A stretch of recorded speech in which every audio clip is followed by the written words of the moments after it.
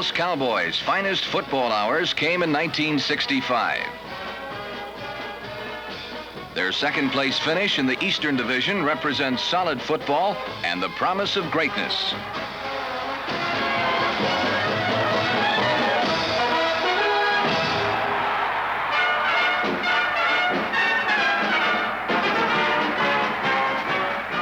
When the Giants come to call at the Cotton Bowl, they know Bob Hayes only by reputation. Here, they meet him in person.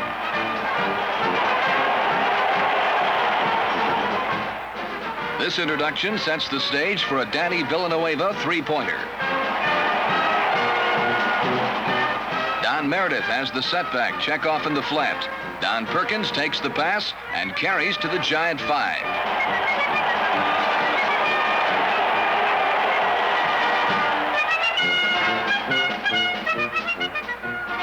The Cowboy forward wall overwhelms the Giants, and Perry Lee Dunn crashes in. It's the Giants nothing, the Cowboys 10 at the end of the first quarter. Frank Clark's effort pushes the Cowboys' cause deep into Giant territory.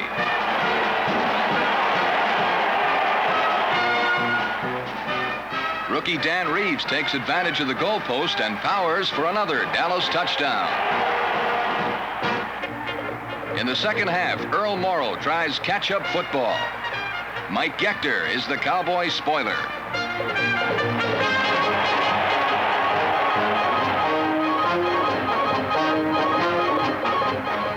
Don Meredith strong-arms the Cowboy air offense.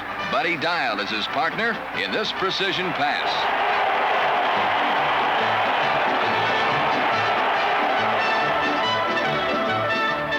Jim Bokey's block springs Don Perkins for 10 yards.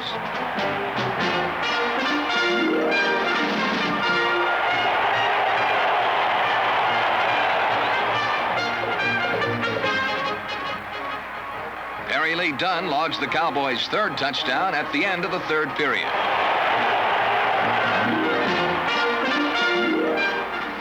In the final minutes, Morrill tries to bring the Giants back. But the Cowboys' defense is on the alert, and Jerry Tubbs makes a big steal.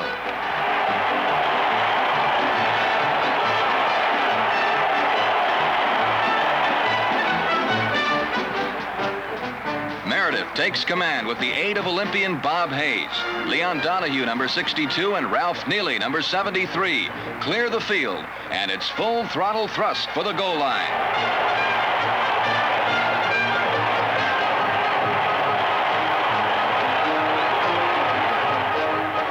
Cowboys hog-tie the Giants. The final score, Dallas 31, New York 2. Let's look now at Don Perkins, the pride of the Cowboys. A clever, powerful runner, a back who can do it all. Perkins turns the corner against the Packers, and it takes 43 yards to catch and contain him. Against Pittsburgh, Perkins is a picture of balance and power.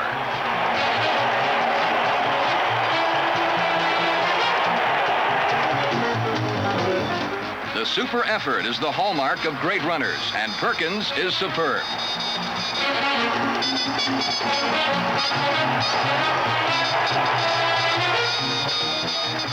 A proud team player, Perkins pass blocks for Meredith. Here, he rolls up a 49er, paving the way for a Meredith Gent pass completion.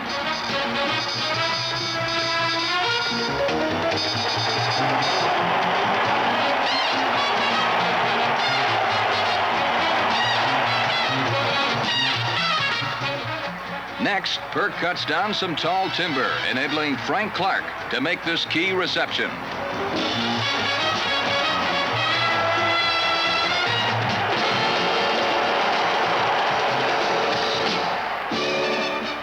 Clark heads up the Cowboy receiving corps, a group second to none in pro football.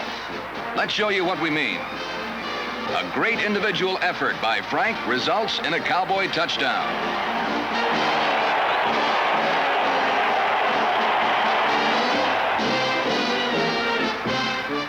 From the shotgun, Craig Morton watches. Frank eludes Al Nelson of the Eagles, and it's touchdown Dallas.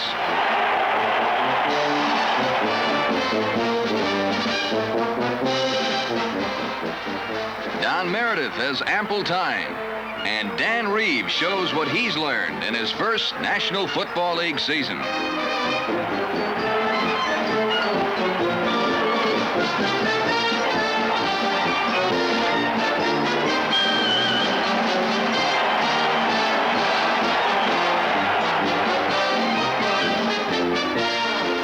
Reeves, the rookie from South Carolina, takes this hook pass against the St. Louis Cardinals and with a great individual effort announces to the world that he bears the stamp of stardom.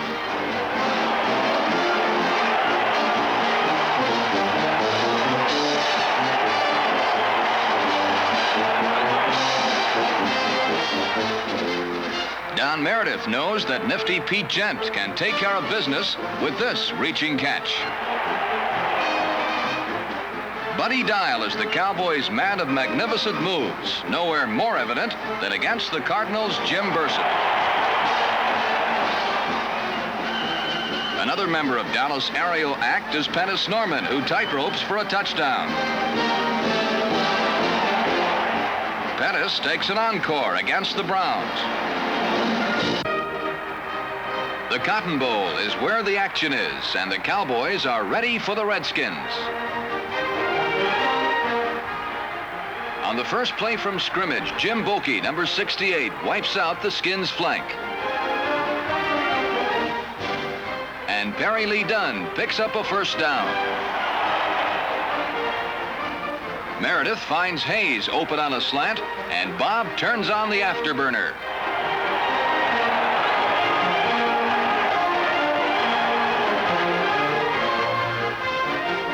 Meredith rolls right.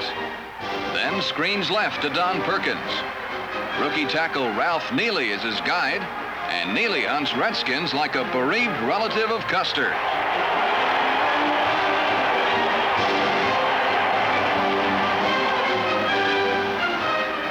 The cunning Cowboys hide Bob Hayes in the line. On this end around, Hayes shows that speed and moves equal 6 points.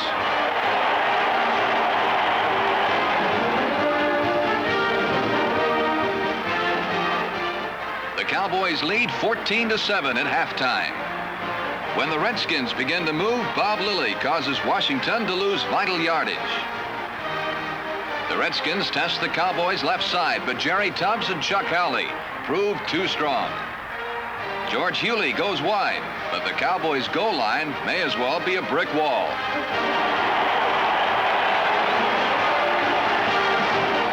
Dallas is back in control. Perkins plugs for 8. Meredith sets up in the pocket and hits Buddy Dial, who rides this lightning bolt for 45 yards.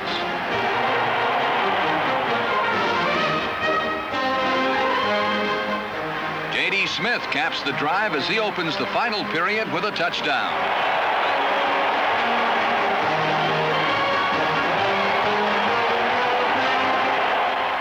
Sonny Jurgensen tries to rally the Redskins, but Cornell Green's interception wipes out the last threat.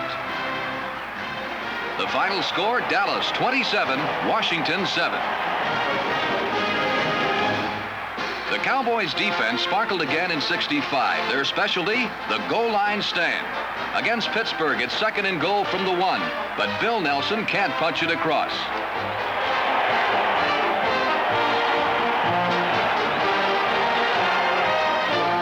Nelson tries again with the same results.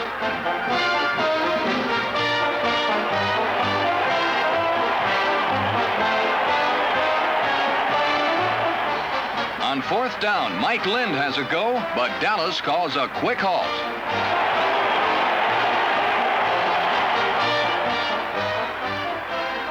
The Cowboy defense worked miracles against Pittsburgh.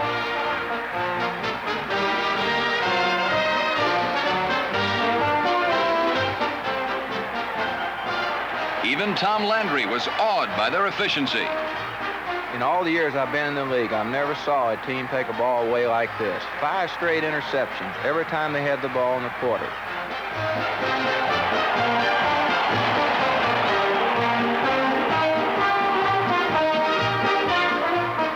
From the shotgun, Ed Brown is the Steeler quarterback.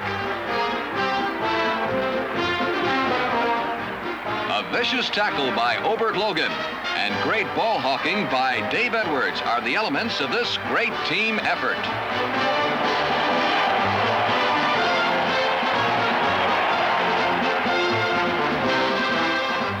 A 3-point try by the Redskins turns into a 6-point score by the Cowboys' Mike Gector.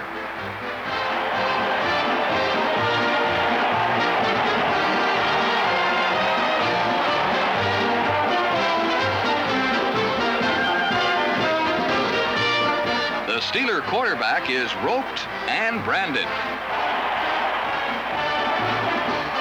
The Packers are world champions, but the Cowboys haven't read Bart Starr's press notices.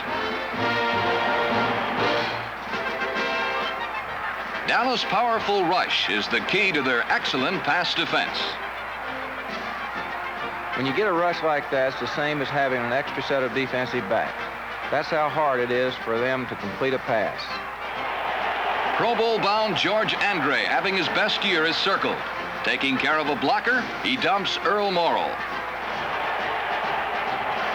The best defensive tackle in the NFL is worth a team of lesser men. At 26, Bob Lilly is a superstar. No one is better. This little episode against the Giants has a Morrall, and it's a Lilly.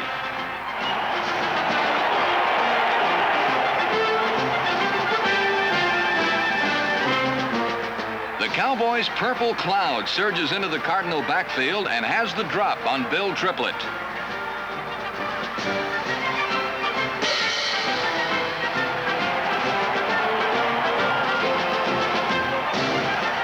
Sonny Jurgensen has little success against the Cowboy rush.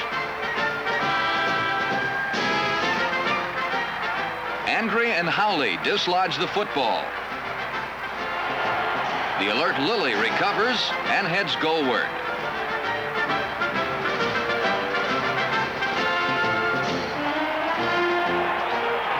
He picks up a passenger by the name of Charlie Taylor en route and only makes it to the 5.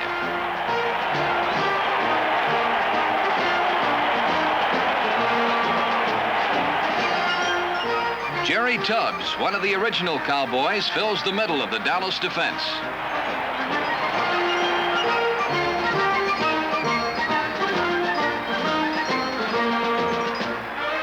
Blitzing Chuck Howley, number 54, operates on the left side.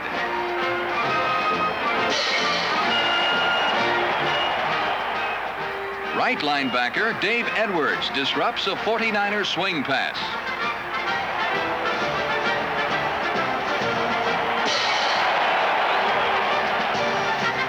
San Francisco's Ken Willard storms left.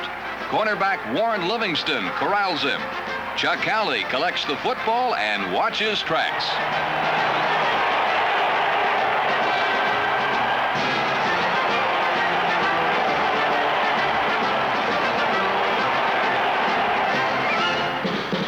All-Pro Mel Renfro in his second season is the guided missile behind the Dallas muscle. Marvelous Mel is another Cowboy game breaker. Such action like this marks the Dallas secondary. In 1965, the Cowboy defense yielded the lowest percentage of completions in the NFL.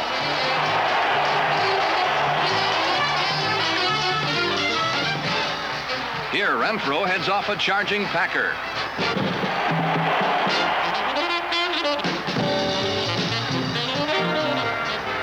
Mel is also one of the most feared punt and kickoff return specialists in the game. Cowboy blockers break down the 49ers' first assault, giving Renfro room to fly, and fly he does for an even 100 yards and a touchdown.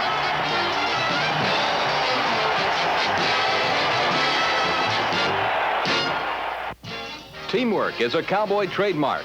Big number 77, Jim Colvin, bursts through the skins. His penetration forces a fumble, allowing Cornell Green to record a score.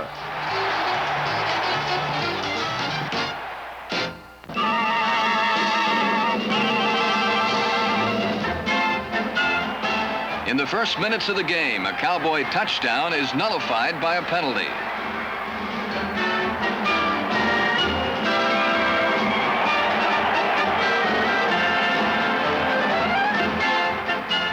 Undaunted, Dallas presses on. Meredith and Pete Gent combine for good yardage in the second quarter.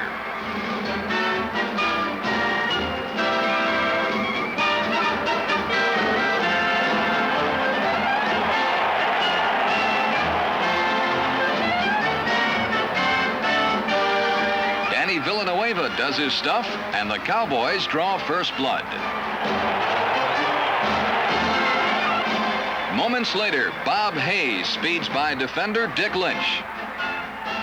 Only Meredith's rifle arm is faster. Hayes takes it in full stride, and 63,000 New Yorkers become believers. Many great track names have sought football fame, but Bob Hayes is a football player who just happens to be the world's fastest living human. The score, the Cowboys 10, the Giants nothing. In the second half, Hayes takes a flat pass and accelerates downfield. In the year of the rookie in the NFL, Hayes' star was one of the brightest.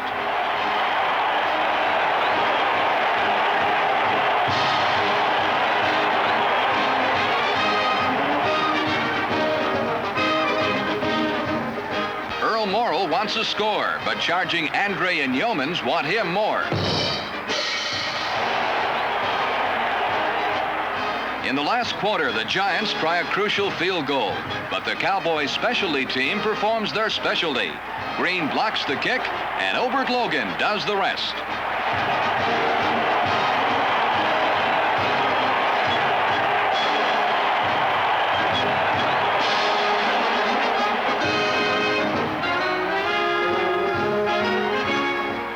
Attacks relentlessly. Scrambling Don Meredith and Buddy Dial combine in sensational style to ice the game.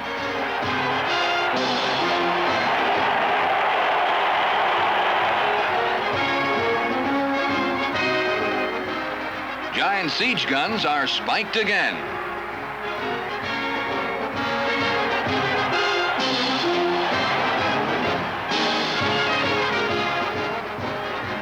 The ground camera catches J.D. Smith eating up time and yardage.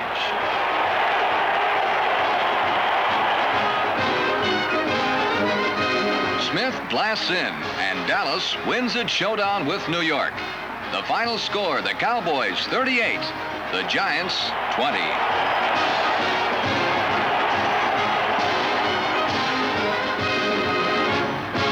A place in the sun, Miami's Orange Bowl.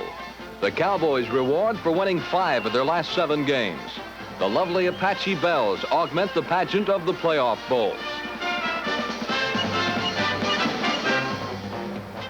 The Cowboys' improvement in 1965 marks them as a team of the future, but the Baltimore Colts have already arrived.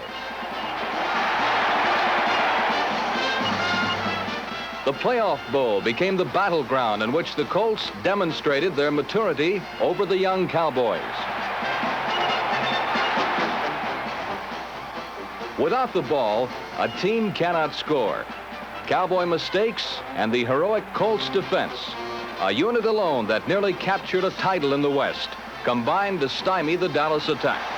The thoroughbred Colts from Baltimore showed Dallas the heart of a winning tradition.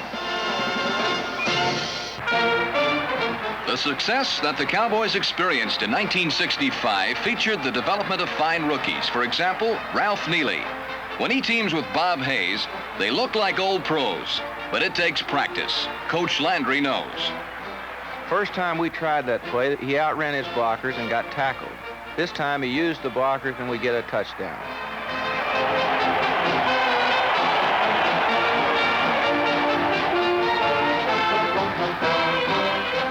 The arrow is on Neely. He releases from the line of scrimmage and cracks back on John Myers of the Eagles.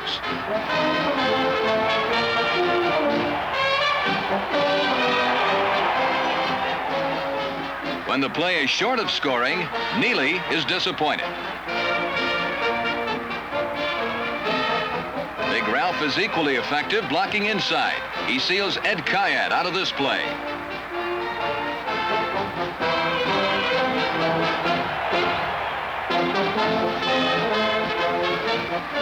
Probably the biggest and certainly most pleasant surprise of the year was turned in by free agent Obert Logan.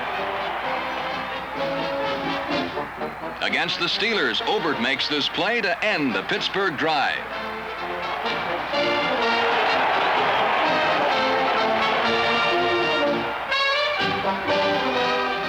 The isolated camera is on Logan as he intercepts against the Eagles and preserves the Cowboys' slim margin of victory. Little O makes another big play and denies the Browns an important three-pointer.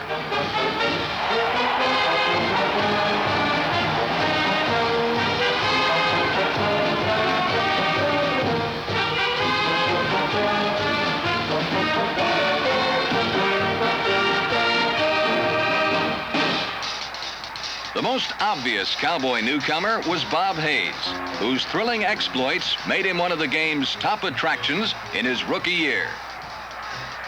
Meredith finds Hayes open and hits him with a bullet. Controlling his speed, he shows the moves that only the great receivers have.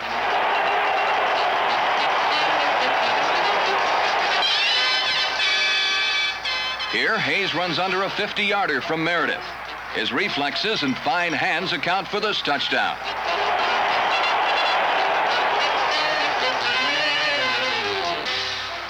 But with his speed, he can outdistance any secondary.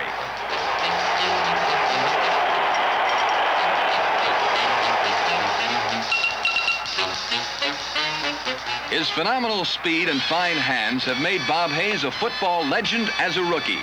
With experience, Hayes may be the factor that tips the championship balance in favor of Dallas in 1966.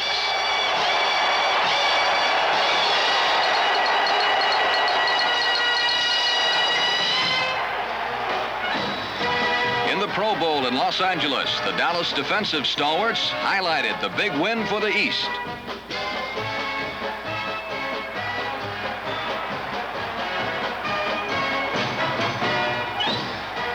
Andre and Lilly penetrate the West protection and drop John Brody.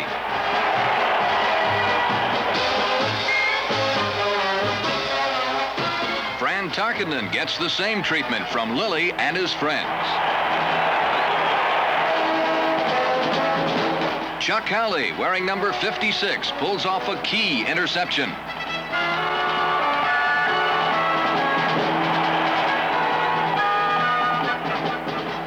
Cornell Green and Mel Renfro also had their big moments in the Pro Bowl.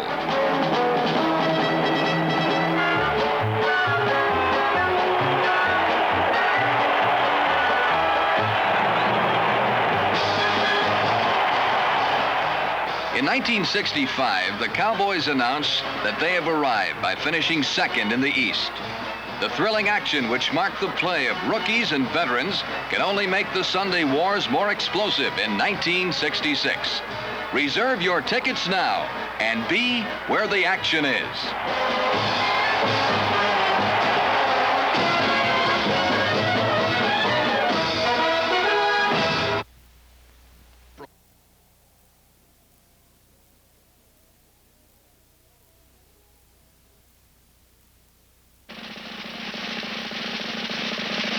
This man is Mel Renfro. He is part of Speed Incorporated, the Dallas Cowboys, the fastest team in football.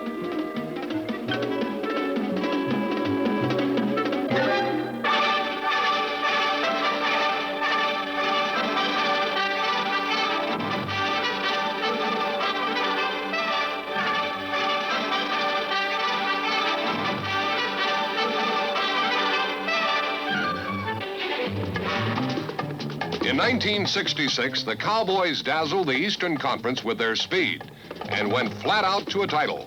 From their ends and defensive backs to their linemen, the Cowboys terrorized the NFL with sheer speed.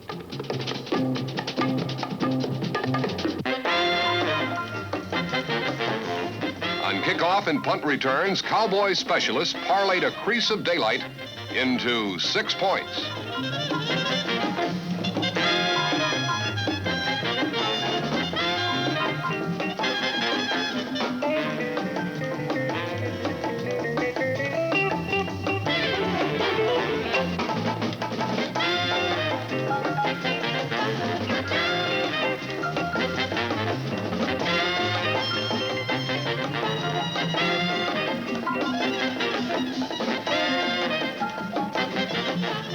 Their speed could cause opponents mistakes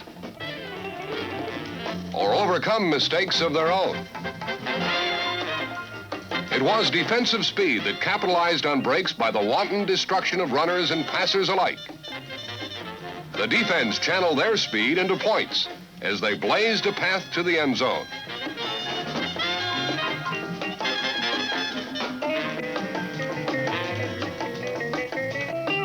All the backs could run, and they glided easily through heavy traffic. It was in the ends that their speed was most clearly reflected. The Cowboys had Bob Hayes. When it was man against man, a foot race to fortune, it wasn't even a contest.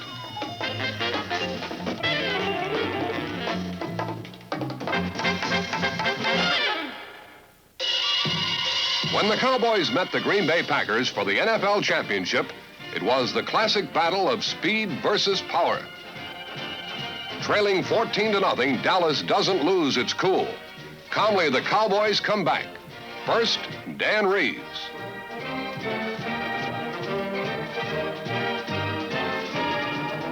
Then Don Perkins. At the end of the first quarter, the score was tied at 14.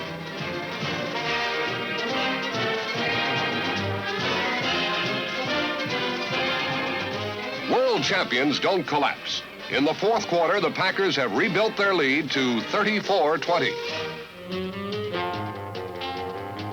Frank Clark has outsped the Packers secondary. When Meredith finds him with a bomb, the Cowboys only trail by a touchdown. This man cannot mask his displeasure. With time running out, Dallas launches a desperate drive for a tie. Meredith connects with Frank Clark. It's bedlam in the stands and on the Dallas bench.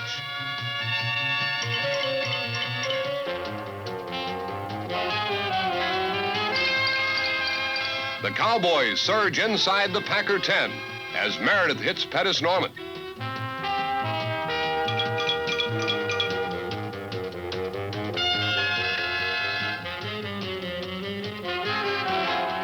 But the valiant comeback was shackled when Tom Brown intercepted the beleaguered Meredith's fourth down pass. It was a tough end to a long season, a season in which the Cowboys blended all the facets of football into a championship. Though comparatively light for a pro fullback, Don Perkins has combined his physical gifts and determination to become one of the game's finest fullbacks. Perkins' lightning acceleration at the snap of the ball enables him to explode past the line of scrimmage and into the heartland of the enemy. The ability to keep his feet after absorbing the jolts of would-be tackles makes Perkins very difficult to contain.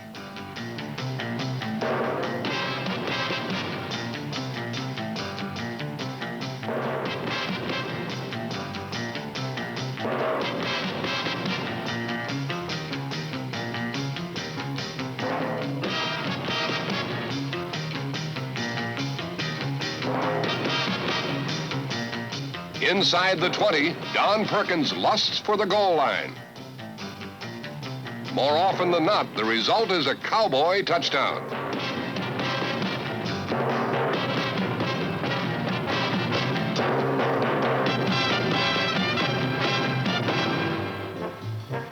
At the start of the season, Dallas planned to use gifted Mel Renfro at halfback. When injuries sidelined Mel, free agent Dan Reeves took over and delivered. Dan Reeves led the Cowboys in rushing, was second in scoring, and tied for the league lead in touchdowns. Though not endowed with great speed or size, Reeves is an intelligent runner who uses every ounce of his innate abilities.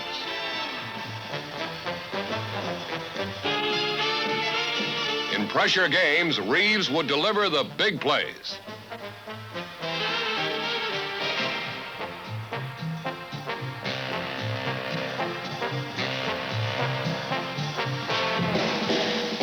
Dan was the second leading receiver for Dallas.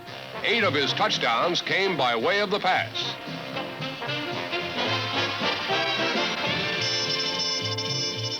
On many occasions, he was left wide open. This was due to the extensive coverage opponents used to harness Bob Hayes. Against Atlanta, Hayes will draw the Falcon defense to the middle. Reeves will swing into the vacated area.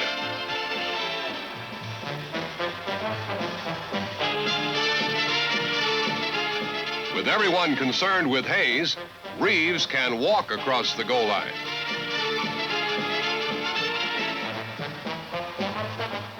Backfield coach Ermo Allen molded a ground attack that lent balance to the passing. Perkins and Reeves' ability to penetrate for long gains was due to a big mobile offensive line that ranks second to none. The line opened corridors for the runners and provided an impregnable sanctuary for Don Meredith. Number 68, Jim Bokey, handled the charge of defensive ends. Guard Tony Licio cut down rampaging defenders, 2 at a time. The line was quick. Giant tackles like Ralph Neely, number 73, could sail downfield and obliterate enemy obstacles.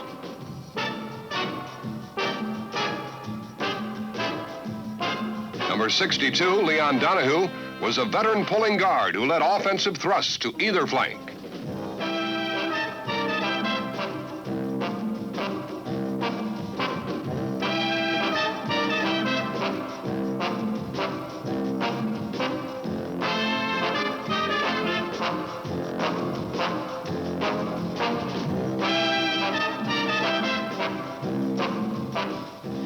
Offensive line coach Jim Myers developed a coordinated blocking unit utilizing brilliant individual skills.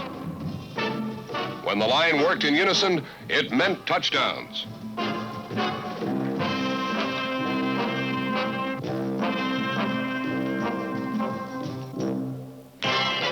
Don Meredith operated in daring fashion behind this line and had his finest year as a pro.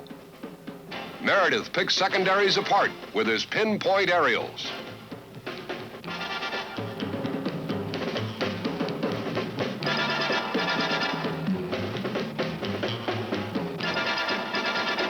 When the defense overcommitted, he saturated areas with swing passes.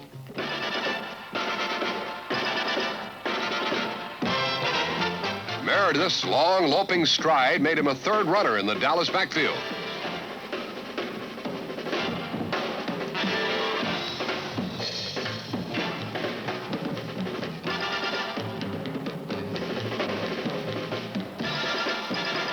Though not a purposeful scrambler, Dallas rollout offense presented Meredith with frequent opportunities. He converted these opportunities into 5 touchdowns in 1966. A talented array of receivers complemented Meredith and made the Dallas offense the most explosive in football. Veteran Buddy Dial has made a career out of clutch catches.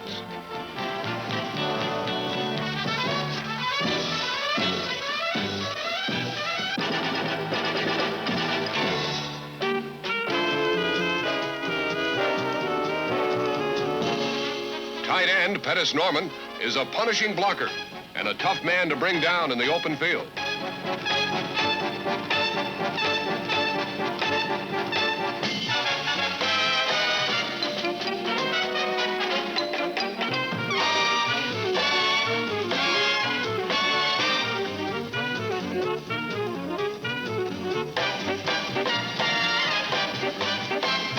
Speedy Frank Clark could operate at either flanker or tight end and scored from both positions.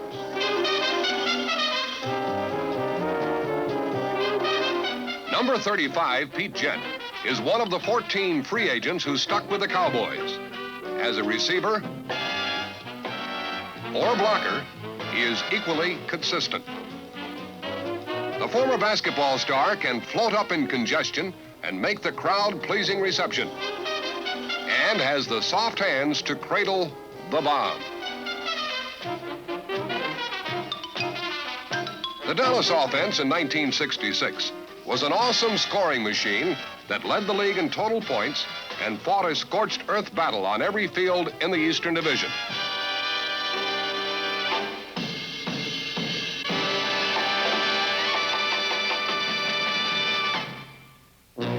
The fans who packed the historic Cotton Bowl every Sunday came for various reasons. Dallas means pretty girls. They come for the spectacle of pro football.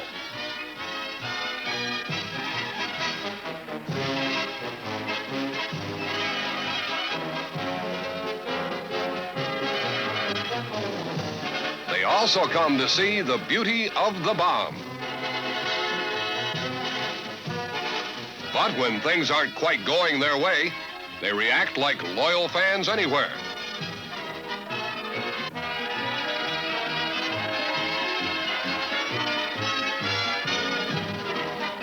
One thing they all come to see and cheer is the fierce Cowboy defense. In 1966, the Cowboys got to the quarterback more often than any other team in football.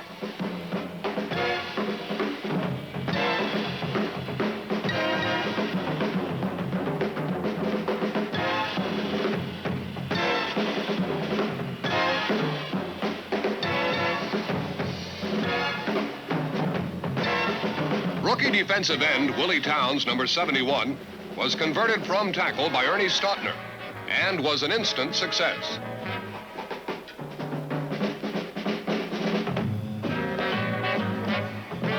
Towns' lightning charges and mauling style left rival quarterbacks all wrapped up with nowhere to go.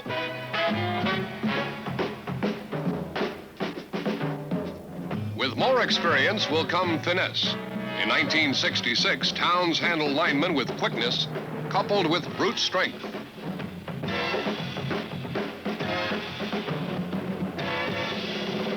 Jethro Pugh, number 75, is learning to focus his aggressions on quarterbacks.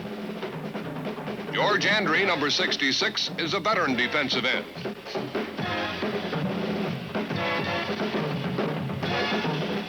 His rush is consistent and always punishing. Number 77, Jim Colvin, deals out his brand of violence from defensive tackle.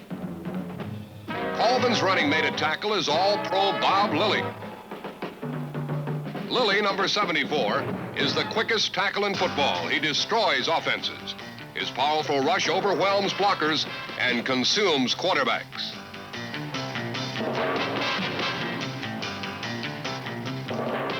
It often takes 2, even 3 men to contain Lilly. Even then, your chances are small.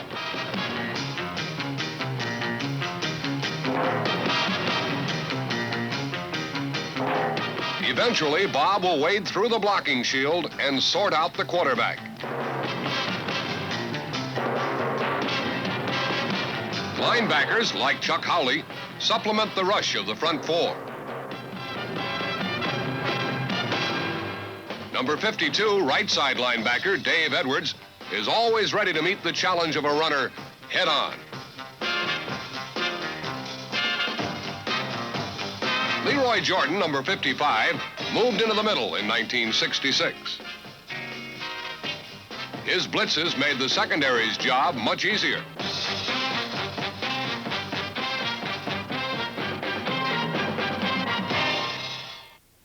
The Cowboys' secondary is the fastest in football. All members possess sprinter speed and lightning reflexes. They use speed in a singular, violent blur of action.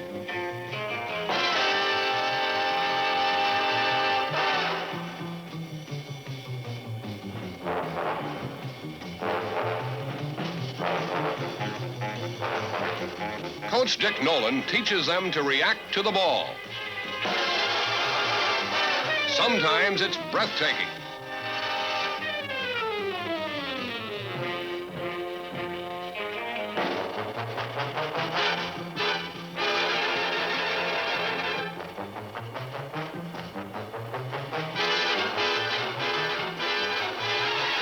Along with speed and an appetite for aggression, there is also a little luck involved.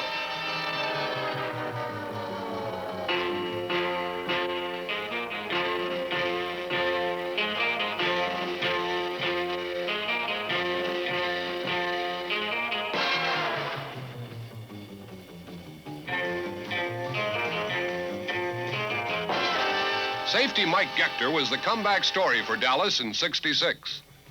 Free safety Mel Renfro is the quickest member of the racehorse secondary. Warren Livingston, number 41, has a knack for the spectacular.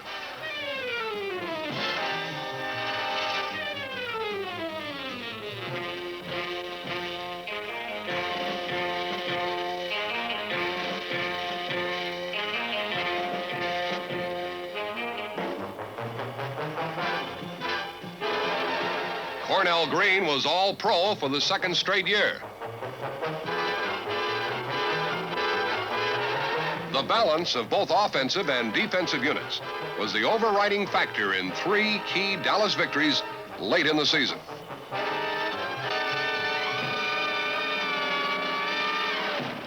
The Cowboys stared in disbelief. They had the ball on their 1-yard line. The players diagrammed, and the phones were hot.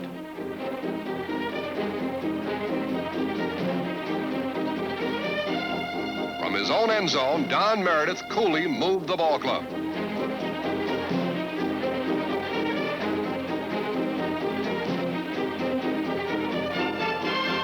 When no one was open, he took charge of the game himself.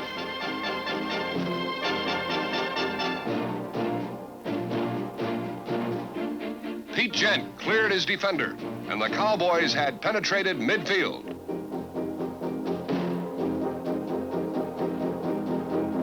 But time was still their enemy.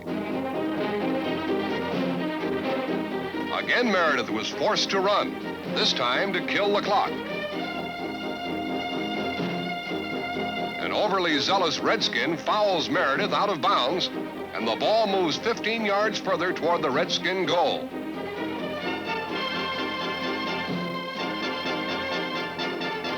With 15 seconds remaining, Danny Villanueva kicks the decisive field goal. The comeback victory gave the Cowboys a confidence they maintained throughout the rest of the season.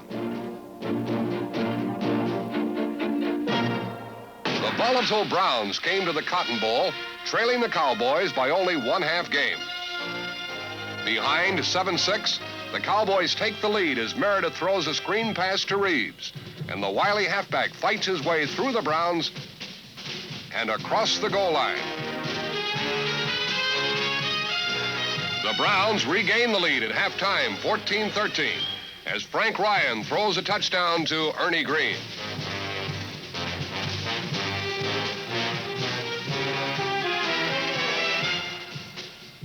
Two field goals give the Cowboys a slim 19-14 lead at the end of the third quarter. Lou Groza tries to pull the Browns within 2 points, but his field goal attempt is blocked by Gector.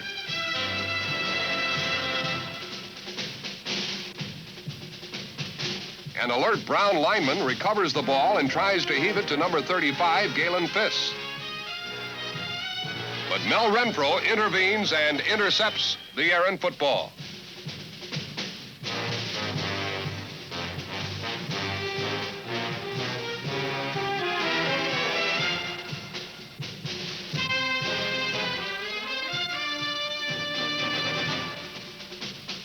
As he did against Washington, Meredith comes up with the clutch pass.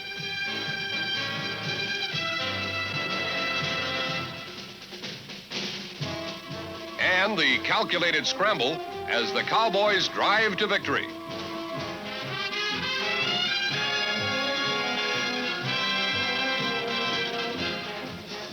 Leading Reeves perfectly, the Cowboys reach the Browns' 10-yard line. From there, it takes Don Perkins 9 knifing strides to victory as time runs out on the Browns.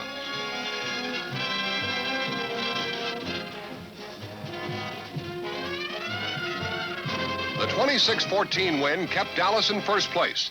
A title was certain only if they could beat the Cardinals. The Cowboys beat them with the big play. Behind center Dave Manders blocking, Dan Reeves went virtually untouched up the middle for a touchdown.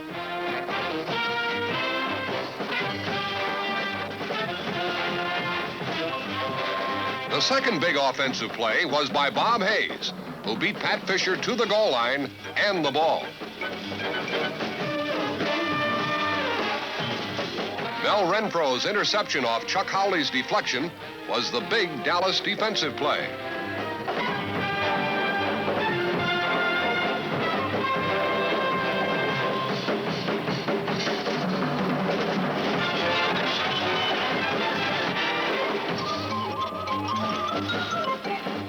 The situation dictated certain simple strategy. Give the ball to Perkins. Don delivered the touchdown, and Cardinal title hopes faded in the fog.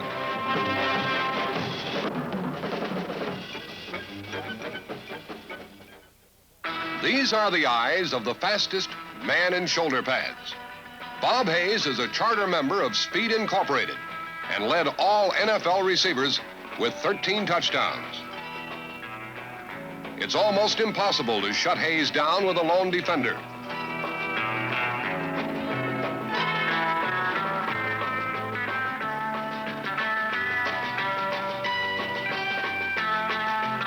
Hayes' deceptive change of pace and fluid moves make him an elusive target in the open field.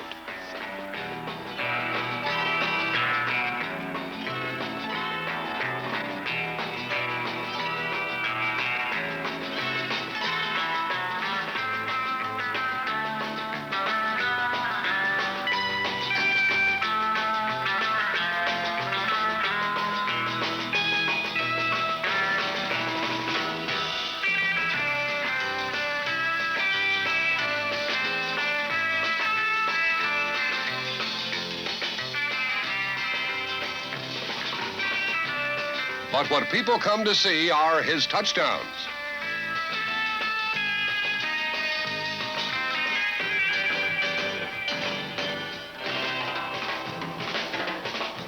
Bob beat defenders by the mere margin of a vainly outstretched arm.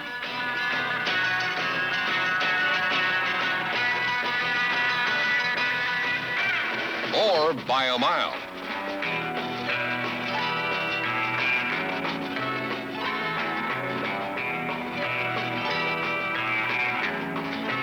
His 13 touchdowns came on the shortest patterns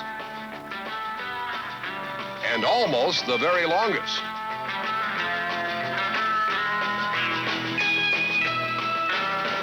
But no matter how short or long, he did it with speed.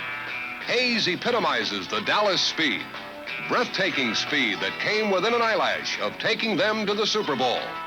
Speed that went flat out to a title.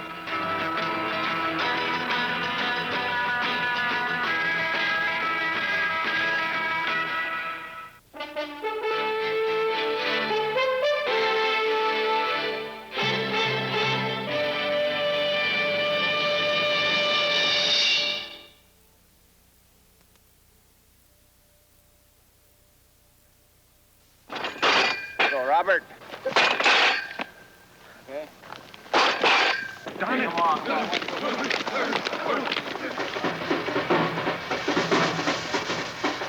After being beaten by the Green Bay Packers in the 1966 NFL Championship game, the Dallas Cowboys dedicated the cruel months of July and August to an eventual rematch with the world champions.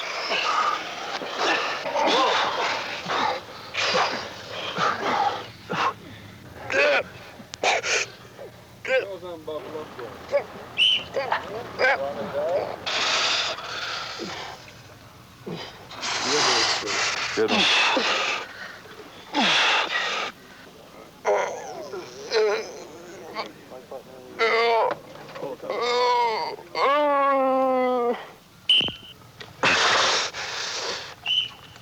Can we fix up for tennis and both can go through on their own? Nothing contributed more to the Cowboys' quest for football supremacy than their outstanding defense. It was called the Doomsday Defense, and this is how Doomsday played the game.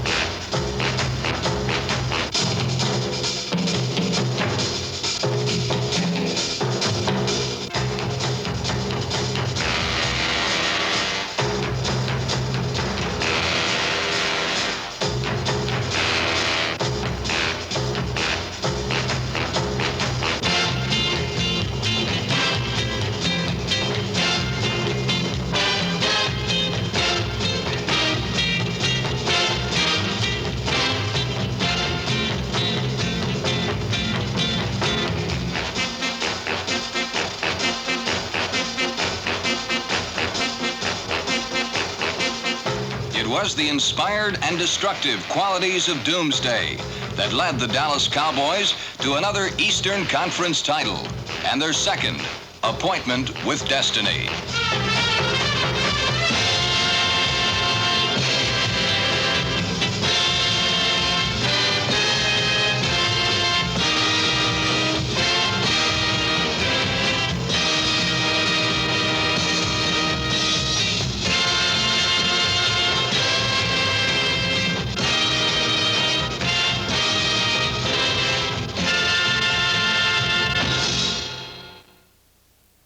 The source of strength for the Dallas attack was the offensive line, consisting of Ralph Neely and Tony Liscio at tackle, John Nyland and Leon Donahue at the guards, and veteran Mike Conley, who replaced the injured Dave Manders at center.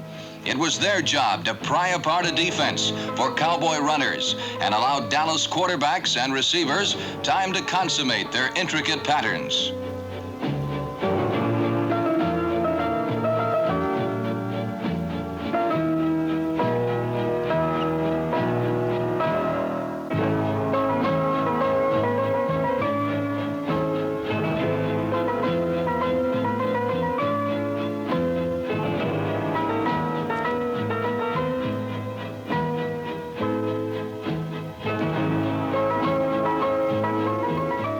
Though not as devastating as in 1966, the Cowboy offense somehow managed to find the key to victory in games where Dallas turned from the vanquished into the victors in the space of seconds. For head coach Tom Landry, the 1967 season brought its share of frustration. The player he looked for in time of crisis, quarterback Don Meredith. Hoping to put together two great seasons in a row, Meredith suffered through an injury-blighted campaign that saw him miss all or parts of 4 games. When he was healthy, Meredith directed the Cowboy offense with flair and precision. One of the most colorful players in football, Meredith lent glamour and style to the Dallas Cowboys, a style that demanded nothing less than victory and a Capital Division championship for Dallas.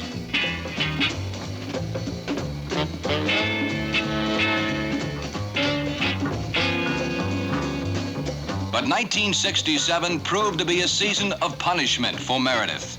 A succession of injuries forced Tom Landry to start third-year quarterback Craig Morton, who performed brilliantly.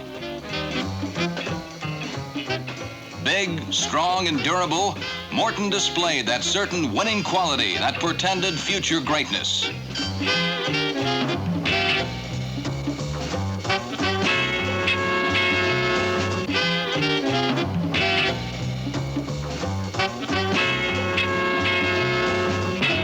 No receiver was ever out of range of Morton's powerful arm. An even more important asset was a quick, alert mind, as both he and Meredith directed the most complex offense in pro football. From a variety of formations or sets, the Cowboys sought to confuse their opponents. An important weapon was the reverse screen pass, designed to take advantage of the defense's lateral flow.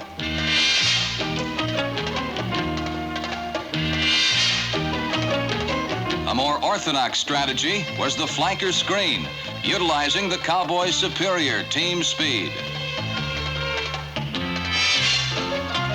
The halfback pass kept the defense honest on sweeps and scored 4 touchdowns in 1967.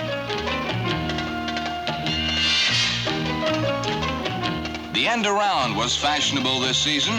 The Cowboys used 3 different receivers, and no one was more effective than number 82, Frank Clark.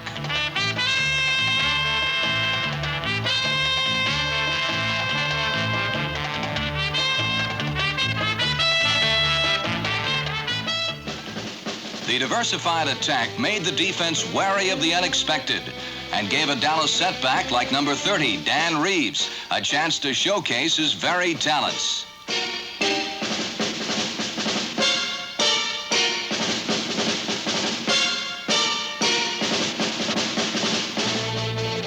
Reeves is as dangerous a receiver as he is a runner. a runner whose dazzling moves and intelligent approach allowed him to score 24 points in a single game.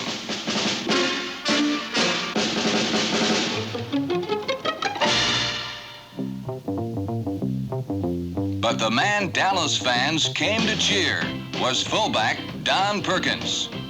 Perkins was the NFL's sixth leading rusher and gained over 800 yards in 1967. Running almost solely inside tackle, Perkins was counted on to supply the tough yards. The yards that would carry a team from the shadow of their goal line and across the end zone of the enemy. If there was one man the Dallas offense counted on to provide the spark, the impetus, it was Don Perkins. It was he who many times gave them an important victory, another tomorrow. The Dallas setbacks complemented a talented array of Cowboy receivers. To them went the glory of the long touchdown, the one play that could change the outcome of any game. There is no one more feared in football than Bob Hayes, the man with the flashing smile and flying feet, the man who runs like the restless wind.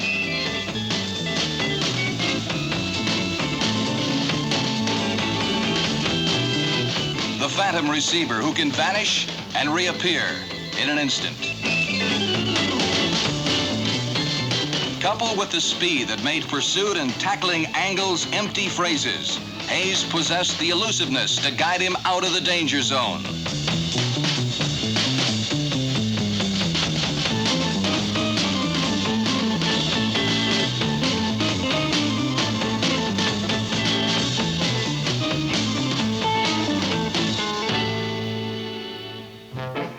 Number 84, tight end Pennis Norman, was used extensively as a blocker and gave Cowboy quarterbacks more time to locate receivers like Lance Rensel, number 19.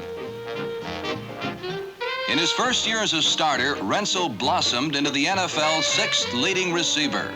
In one afternoon against Washington, he caught 13 passes for 223 yards, the best mark for any receiver in 1967. Though suffering through occasional moments of inconsistency, the Dallas offense remained one of the most explosive in football. The Doomsday defense was the catalyst for Dallas' second summit meeting with the Packers. It was a defense that threatened a runner with one kind of extinction and quarterbacks with another. The Cowboys fielded the toughest defense to run against in the league. Dallas allowed the fewest first downs and yards gained rushing in the NFL. The tackles blended experience and youth. All-Pro Bob Lilly, number 74, lent maturity to young giant Jethro Pugh, who made John Unitas' afternoon in Memorial Stadium a memorable one. Number 71, defensive end Willie Towns, is mobile, aggressive, and a deadly tackler in the open field. Towns, along with towering George Andre, made quarterbacks disappear. The Cowboys seldom blitzed, but when they did, corner linebackers Chuck Howley, number 54, and Dave Edwards, number 52, made the tactic a damaging one. Number 55, middle linebacker Leroy Jordan, rounded out the second network of defense. The deep defense was led by number 34, Cornell Green, a perennial all-pro selection who unquestionably had his finest year.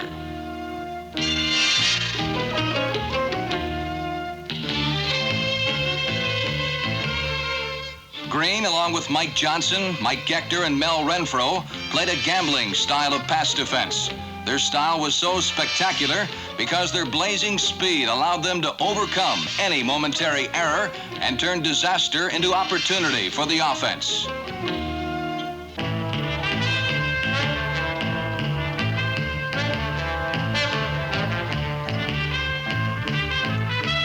The Doomsday defense was a group of brilliant individual stars, unified to stop the offensive flow, make it back up, and find a new direction. The impact of the defense was evident throughout the Cowboys' drive for their second straight Eastern title. It was was to be a typical Redskin game for Dallas and one to set the tone for 3 straight games. Don Meredith's touchdown pass to Lance Rensel late in the 3rd period gave Dallas a 10-7 lead. The advantage lasted until there was less than 2 minutes to play when Sonny Jurgensen and Charlie Taylor combined to give Washington a 14-10 margin. Faced with a similar situation last year, Dallas drove from their 3 and kicked the winning field goal. Today, 3 points would be meaningless.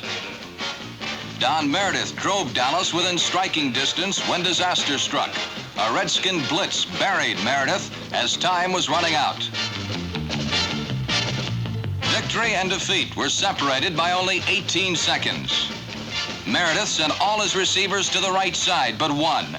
Dan Reeves slipped down the left sideline and an eternity later caught the winning touchdown.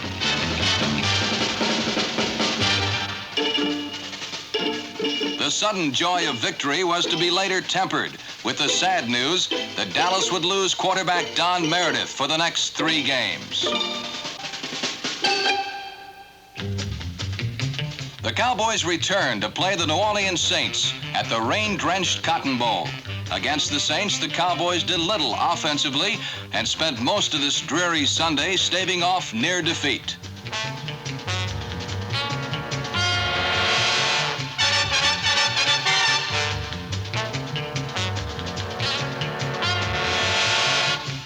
Doomsday defense denied New Orleans time after time until late in the last period they seemed certain to run out of miracles.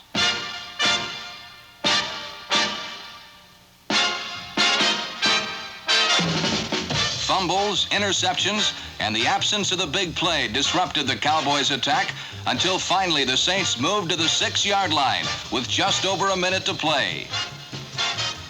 The Saints, within range of the biggest upset of the season, fumbled, and Dallas escaped with their 2nd straight last-minute victory. Against Pittsburgh, the Cowboys again alternated Craig Morton and Jerry Rome at quarterback. For both young men, it would be a long and painful afternoon. A win at Pitt Stadium is never without its bruising remembrances. At times, Craig Morton was sought out and destroyed. But when victory hung in the balance, it was he who inflicted the most destructive blow. For 3 periods, the determined Steelers sensed an upset. Then, suddenly, they struck for a late 4th quarter touchdown that gave them a 21-17 lead with just a minute to play. Dallas 78 yards from the Steeler goal, a funny thing happened on the way to an upset. Craig Morton, on a rollout option, threw to Lance Rensel, who made the catch, but then fumbled. Trailing the play was Dan Reeves, who alertly recovered the loose ball on the Steelers' 6. With 32 seconds to play, the bench stood unbelieving. Forced from the pocket, Morton scrambled until he found Pettis Norman free for the touchdown.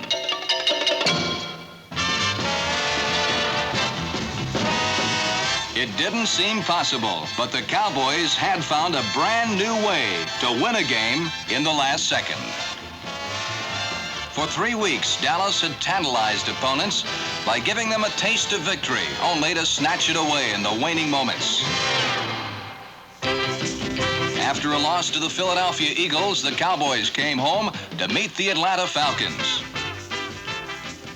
Don Meredith was healthy again, and the Cowboys produced their best offensive show of the year.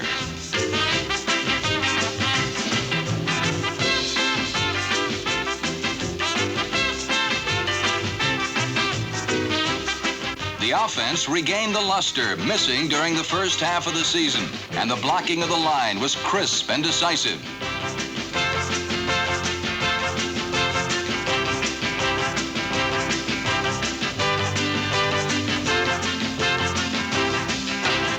Dan Reeves came up with the NFL's best one-game performance by scoring 4 touchdowns. The defense also played magnificently and limited Atlanta to just 7 points. When Leroy Jordan ran back a pass for a touchdown, it was a third time a Cowboy linebacker would score with an interception.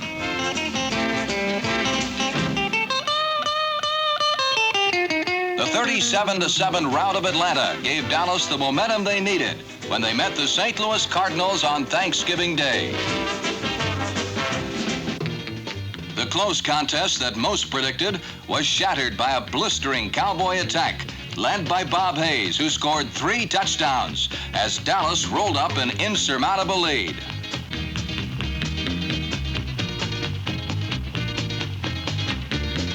However, the real star of the game was the defense, which won practically every skirmish and finally the war.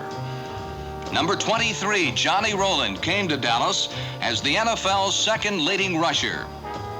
Caught in the mix-master crush of the Cowboy defense, he could manage only 27 yards on 15 attempts.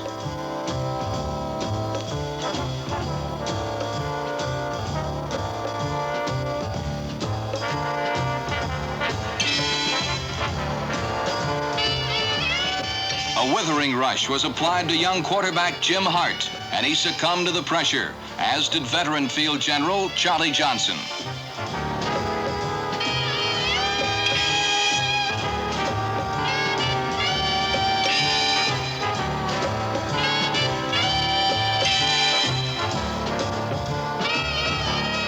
As a fitting tribute to their efforts, the defense climaxed the satisfying evening with a safety. The 48-21 triumph set up a rematch with the high-scoring Eagles. Defeated in Philadelphia 21-14, the Cowboy game plan was stamped with revenge.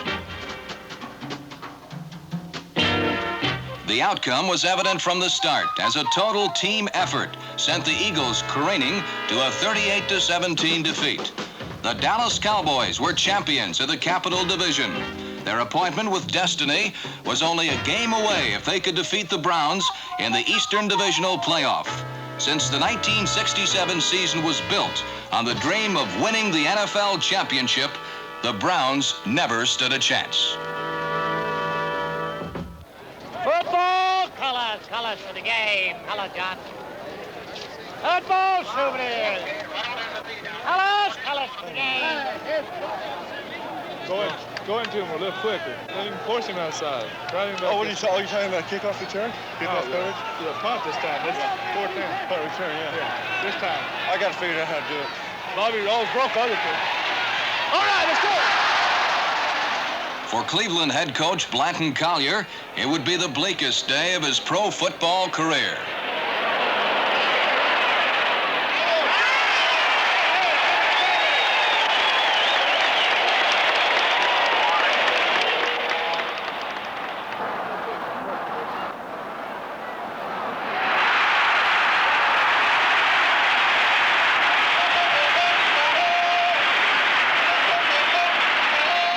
The Cowboys had used a sustained drive for their first touchdown. But for the last several years, Dallas fans have grown accustomed to the lightning play that swiftly executes an opponent.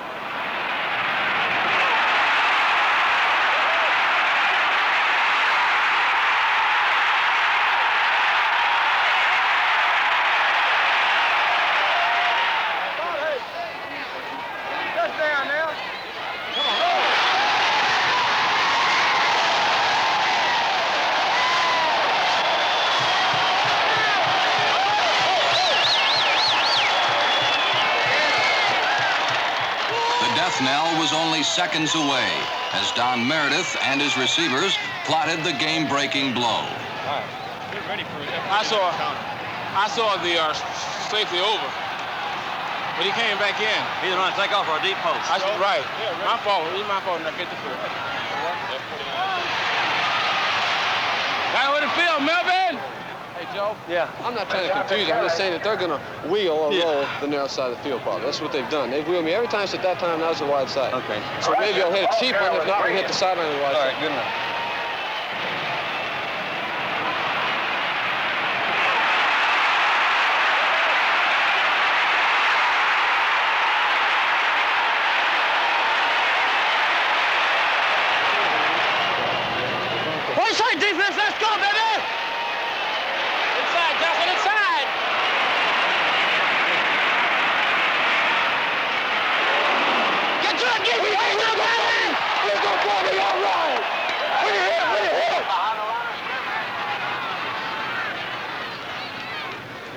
The game ended the way it began, with a Cowboy touchdown. After 15 tough games, Dallas had kept their appointment with destiny. So now it was Green Bay in the bitter chill of a Wisconsin winter. The Packers jumped off to a quick 14-0 lead like they did in last year's NFL championship game. But the Cowboy defense stiffened, wore down the Packers, and finally forced a fumble by Bart Starr, which George Andre recovered for a touchdown. Later, a field goal by Danny Villanueva closed the gap to only 4 points at halftime. There was no more scoring until the fourth quarter, when the Cowboy offense, unspectacular till now, fooled Green Bay with a 50-yard scoring pass from Dan Reeves to Lance Rensel. The touchdown gave Dallas the lead for the first time, 17-14. The Cowboys maintained the slim lead until their destiny was just more than a minute away. The Packers had the ball. One last chance for victory.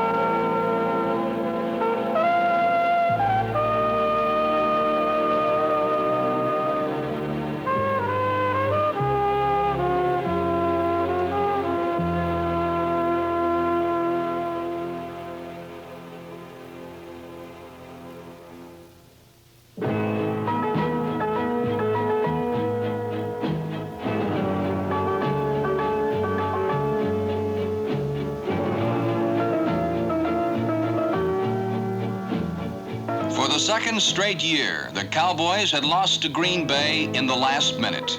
But the despair of defeat could not eradicate the giant strides that Dallas has made in their 8 years in the NFL. Strides that have carried them from a struggling expansion team to the undisputed power in the Eastern Conference. Soon, all their hopes and dreams will become a reality. And in one electrifying moment, the Cowboys will have left everyone behind.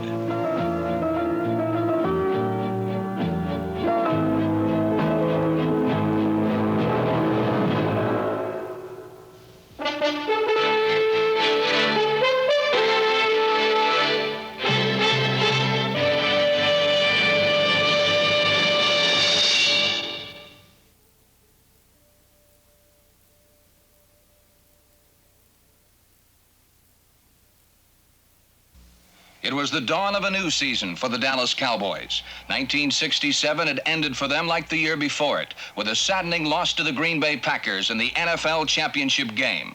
The new season was full of promise, but bitter memories of a frozen December still lingered with the Cowboys.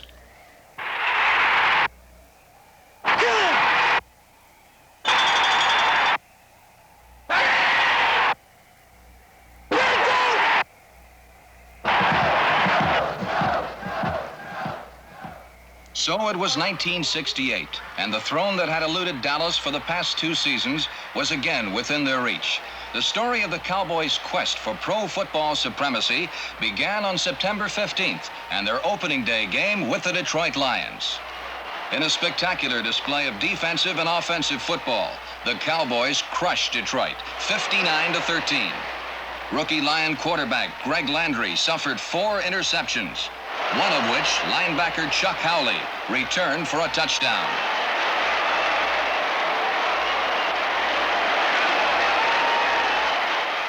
Offensively, Dallas heroes were many, but quarterback Don Meredith was the most prominent as he completed 14 of his first 17 passes and gave the Cowboys a huge 31-6 halftime lead.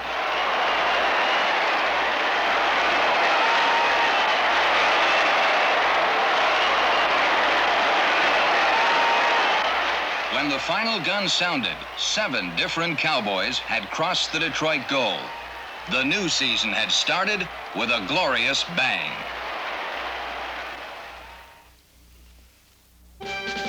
The Cleveland Browns were the Cowboys' second opponent. A withering rush left Browns quarterback Frank Ryan bruised and battered on the floor of the Cotton Bowl. For Ryan, there was no escape from the doomsday defense, and no more vivid memory than watching the awesome sight of 265-pound Willie Towns rumbling to a touchdown and the Cowboys' second straight victory.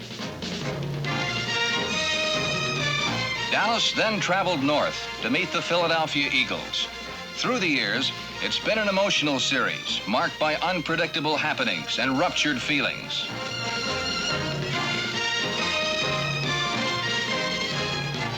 After a succession of fumbles, interceptions, and odd plays, the Cowboys stole the game from the Eagles and left them completely frustrated. Victory number 4 was a costly one for Dallas. Game-breaking halfback Dan Reeves, number 30, was injured and lost for the year.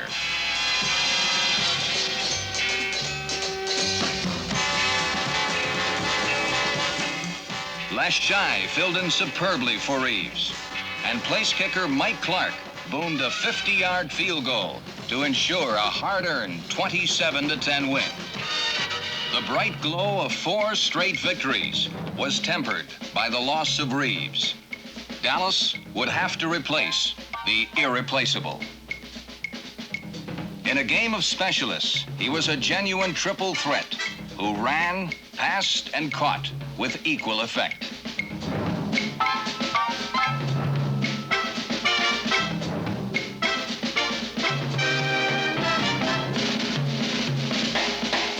In just 4 years, Reeves helped lead the Cowboys to 2 consecutive Eastern Conference championships. He played a vital part in both NFL title games against Green Bay and almost won the 1967 championship by throwing for the Cowboys' lone offensive score.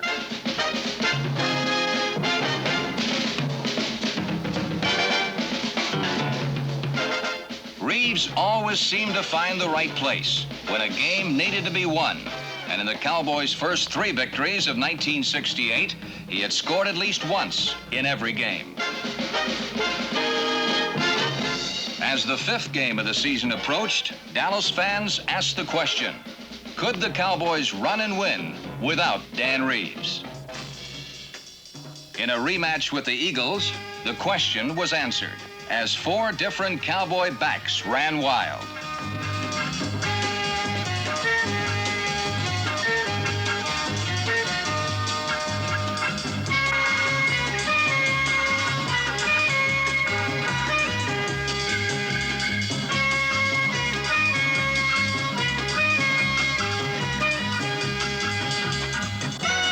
Les Shy, Don Perkins, Walt Garrison, and finally Craig Bainham led Dallas to a convincing 34-14 rout of Philadelphia.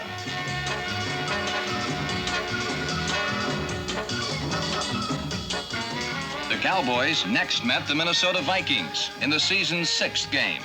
Head coach Tom Landry saw his team sputter and stall and barely managed to collect victory number 6 and remain undefeated. For Tom Landry and his Cowboys, the first real test was just 1 week away.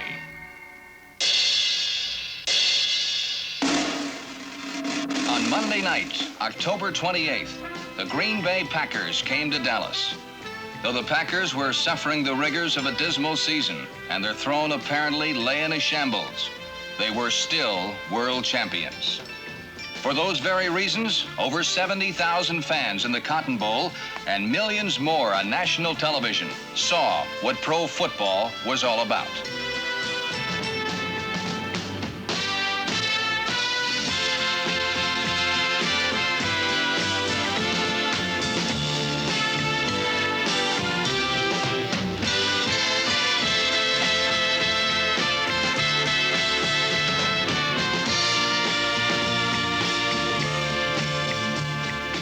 After all the touchdowns, the long runs, and the breath-robbing tackles, it was not Green Bay's throne, but Dallas' perfect record that now lay in a shambles.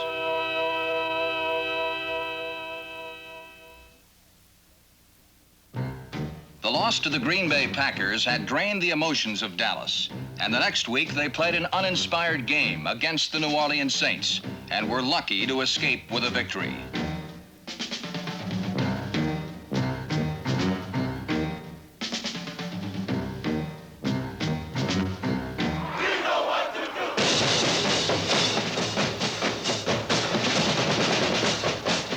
A week later, against the Giants, the Cowboys stumbled backwards in a horrible nightmare and lost again.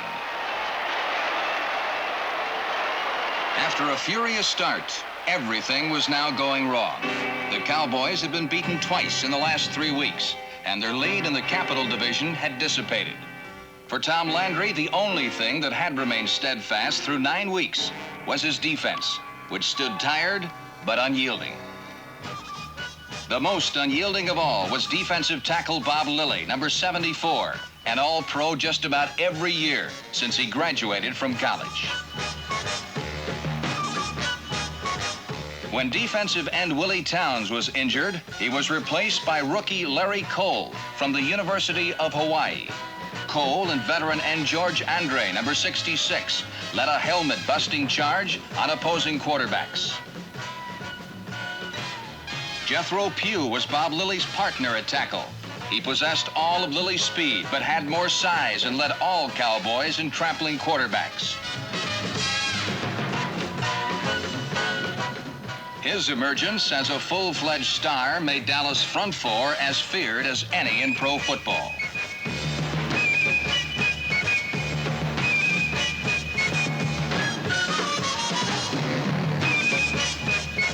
Backing up the front four were 3 veteran linebackers. In the middle was Leroy Jordan, a master at diagnosing any type of play and stopping it cold. The outside linebackers were number 52, Dave Edwards, whose speed and strength made him a raging blitzer, and number 54, Chuck Howley, wise and tough after a decade of playing in the Sunday Wars. The last line of the defense was the secondary. Their mission was to stop the play any way possible.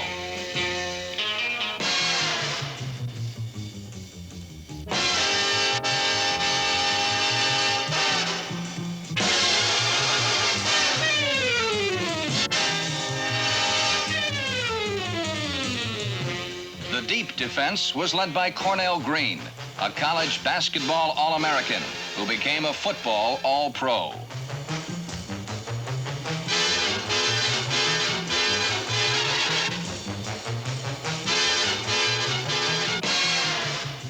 Green lent maturity to young Mike Johnson, number 23, and number 21, Dick Daniels.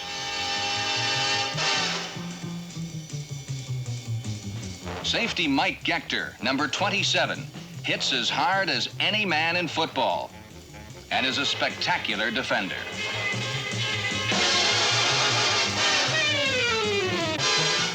Versatile Mel Renfro, number 20, who started the season as an All-Pro safety, ended the year at cornerback and may also become an All-Pro at that position.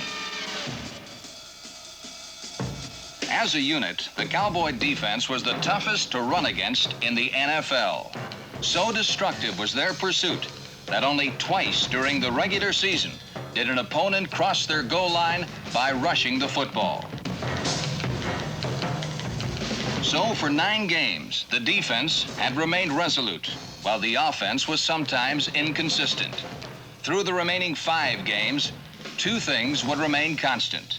The defense would maintain its excellence, and the Dallas Cowboys would never lose. The one thing that did change was that the offense regained its luster, and against the Redskins in D.C. Stadium, it exploded for 44 points. Cowboys setbacks ran through the Washington defense at will. Their success set up Meredith's throws to Lance Rensel and Bob Hayes as the Cowboys beat the Redskins with a barrage of points. Fullback Don Perkins was Dallas' main offensive weapon as he rammed and bucked his way for over 100 yards rushing, as the Cowboys fashion their most impressive victory since their opening game win over the Lions.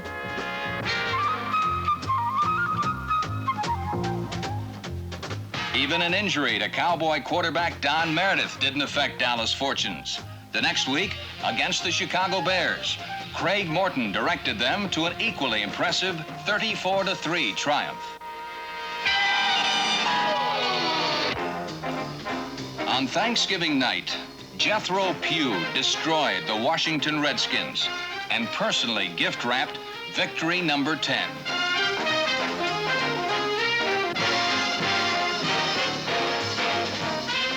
Pugh spent the whole night in the Redskins' backfield and accounted for 9 Cowboy points on 1 safety and a deflected pass that Larry Cole turned into a touchdown. All in all, it was a big night for defense in Dallas. The Pittsburgh Steelers were the Cowboys' 4th straight victim since the loss to the Giants. Quarterback Don Meredith and the Cowboy offense showcased the NFL's highest scoring machine, and Bob Hayes treated Dallas fans to a dazzling display of flat-out speed.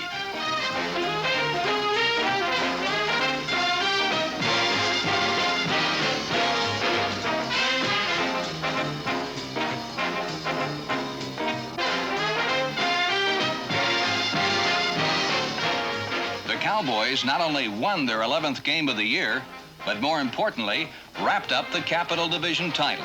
Only 1 game remained. It was with the Giants in New York, with nothing at stake but revenge.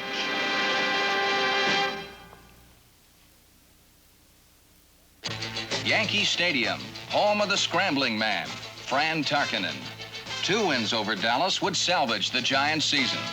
Victory number 12 would not be an easy one.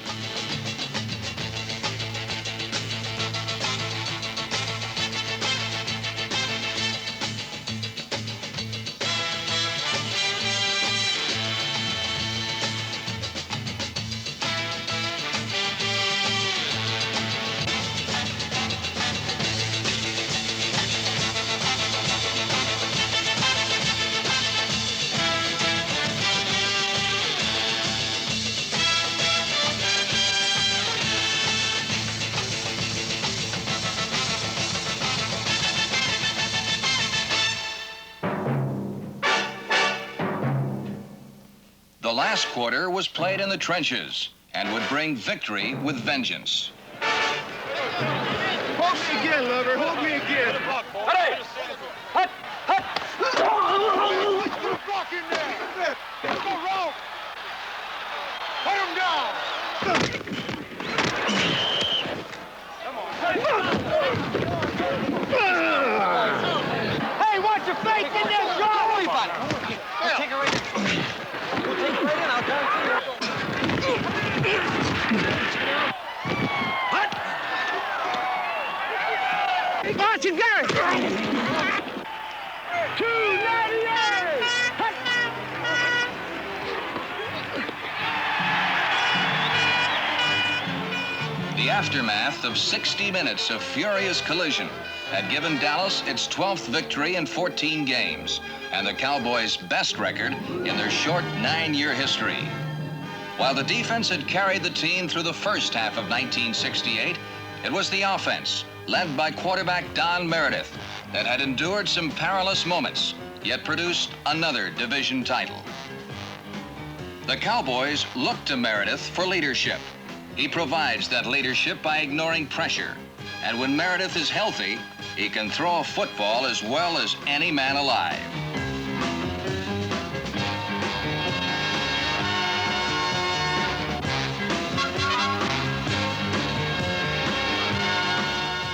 But injuries have often blighted Meredith's career, and it's lucky that the Cowboys had a number 2 quarterback like number 14, Craig Morton, who would step in and never let the offense miss a beat. Morton is big, strong, and blessed with enormous physical gifts. Only time separates him from stardom.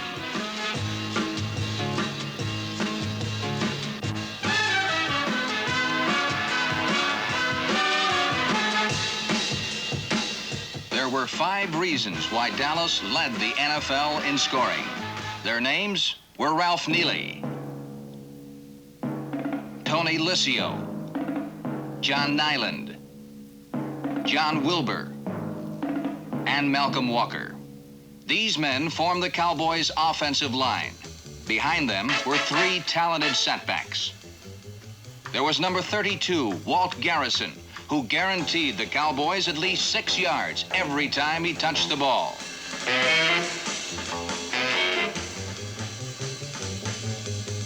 The 2 men who filled in for the injured Dan Reeves were Les Shy, a swift and elusive setback, and Craig Bainham, who is a slashing runner, an excellent receiver, and has a natural instinct for the end zone.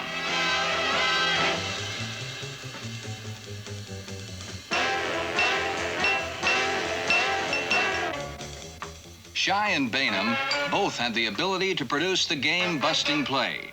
But the real key to the Cowboys' running attack was fullback Don Perkins, the NFL's 5th all-time leading rusher.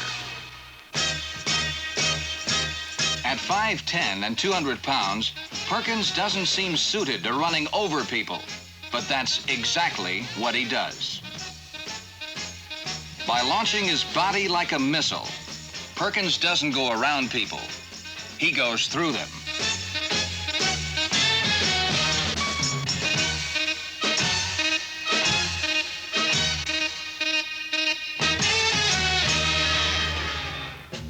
Injuries didn't affect the Dallas receivers because it was at the ends that the Cowboys had their greatest depth. At tight end were veterans Pettis Norman, a clutch receiver, and Pete Gent, who can withstand any amount of punishment and still hang on to the ball. The most dangerous sprint and catch experts were smooth-striding rookie Dennis Homan from Alabama and Lance Rensel, number 19, who has few peers at being alone when the ball arrives.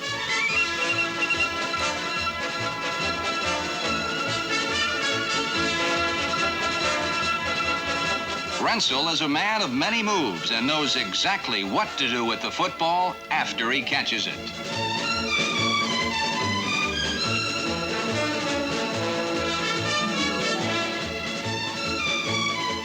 He has the flair for the spectacular play and catches just about anything he touches.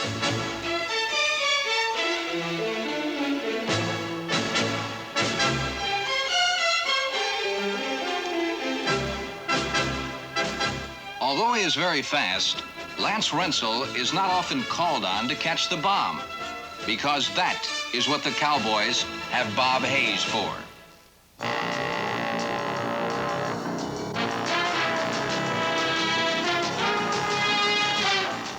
Pro football has not eroded his Olympic speed. In fact, Hayes claims that every year he gets even faster.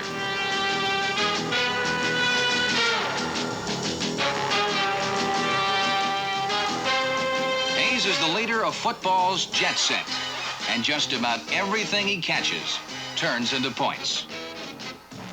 Hayes led the Cowboys with 12 touchdowns and led the NFL in punt returns.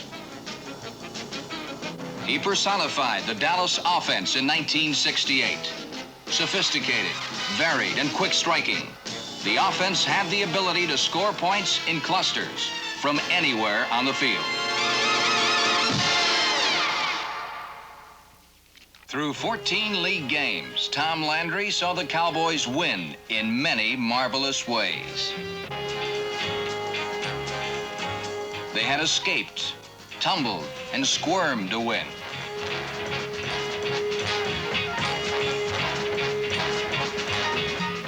They had won by a kick,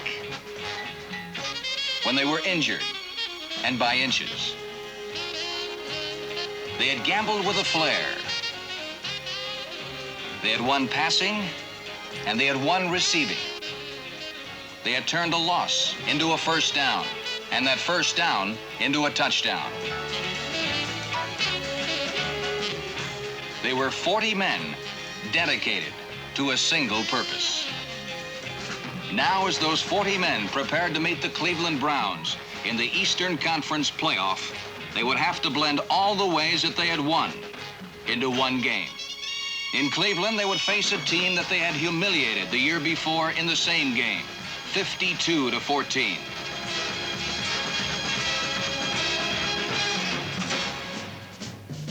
Within one game of the NFL championship, the Cowboys watched the elusive throne slip away from them once again. There was too much Cleveland defense, too much Leroy Kelly, and not enough time to reclaim victory.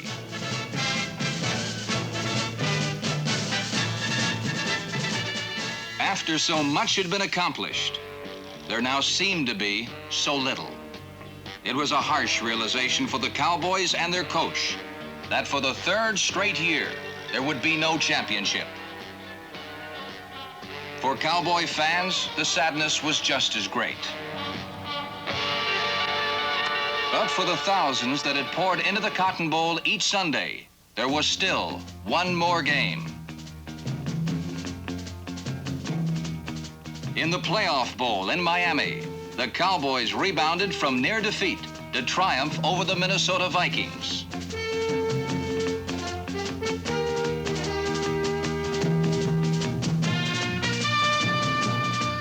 The offense overcame a 14-0 deficit, and in the last few seconds, the defense held on to win.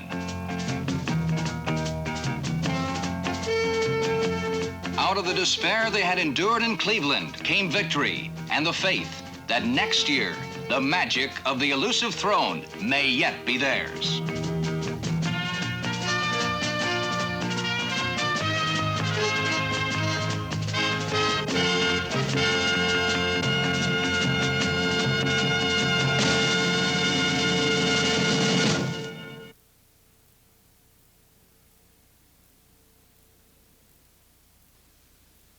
For 7 years, Don Meredith was the colorful quarterback of the Dallas Cowboys. The 7 years produced the sunshine and shadows of victory and defeat, which are the growing pains of champions. High left, fire right, drag left. Ready?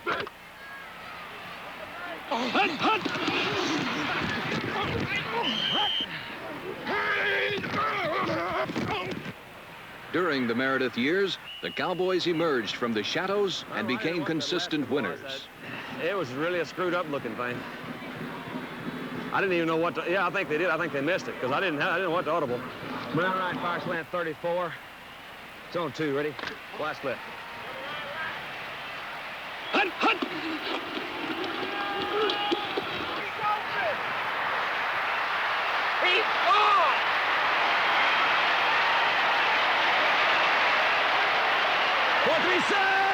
Don Meredith left the Cotton Bowl for the last time a winner and left the Dallas Cowboys to fill the most important position in football.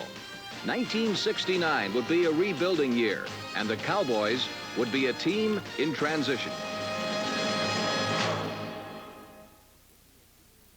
The new general of the Cowboys was Craig Morton. Morton had patiently waited 4 years for his turn to come, and now it had arrived. The apprentice became the master craftsman.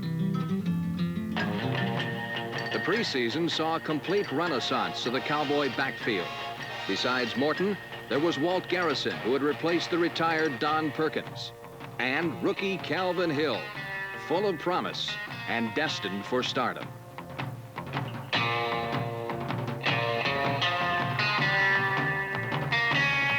While Morton was a quarterback with experience, Roger Staubach was not. An injury to Morton forced the Cowboys to start Staubach, known as much for his running as his passing, in their first regular season game against the St. Louis Cardinals. In Game 1, the Cowboys relied on an old strength in the time-tested Dallas defense and demonstrated a new one in versatile rookie setback Calvin Hill.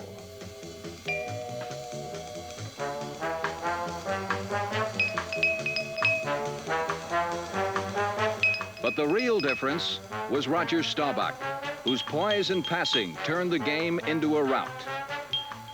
Staubach rarely strayed from the pocket as he found and shot holes through the Cardinals' secondary.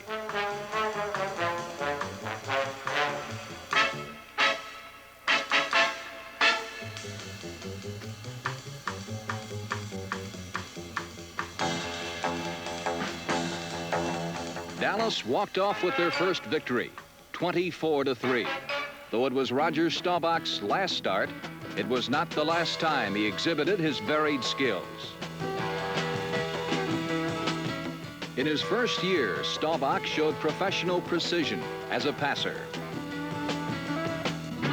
He was a runner, not a scrambler, who escaped danger in bold bursts of motion.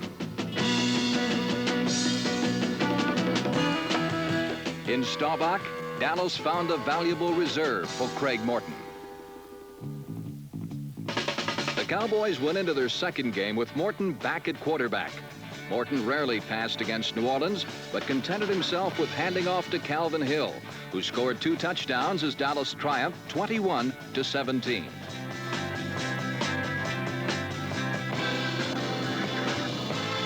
Victory number 3 was an easy one.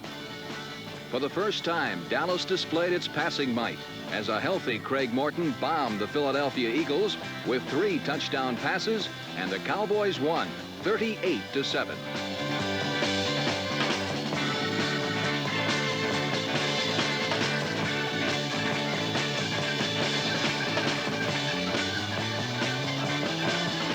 The next week in Atlanta, the Falcons separated Craig Morton's shoulder, but Dallas collected a bruising 24-17 win. On the 5th Sunday, Philadelphia came to Dallas. Once again, the Cowboys destroyed the Eagles through the air. After a 4 weeks absence, Bob Hayes returned to the lineup, and the rebuilt Dallas offense was finally intact and fully explosive.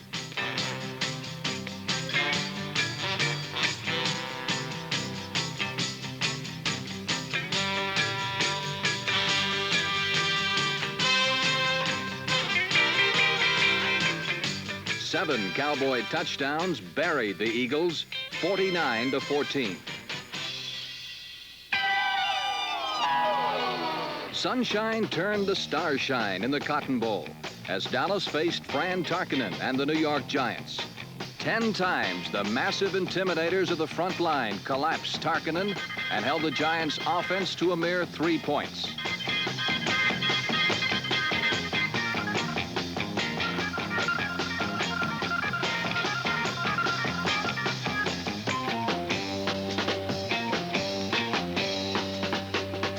At game's end, the battered and beaten Tarkenton was fittingly drowned in his own end zone by the Dallas defense for a safety.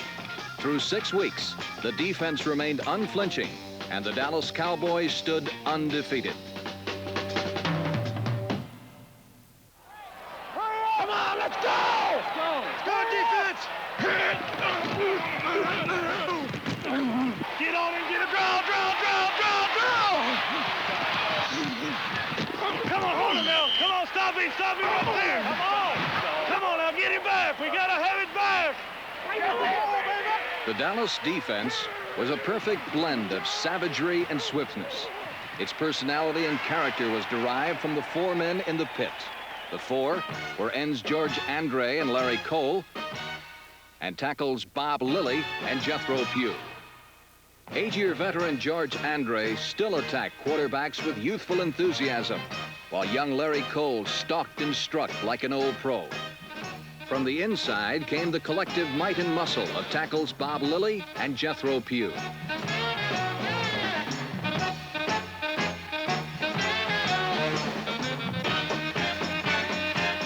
When Pugh was unable to play, he was replaced by Ron East, number 77, and the defense didn't miss a beat. Backing up the front 4 were 3 veteran linebackers. Number 52, Dave Edwards, patrolled one side, while All-Pro Chuck Howley, number 54, roamed from sideline to sideline on search and destroy missions.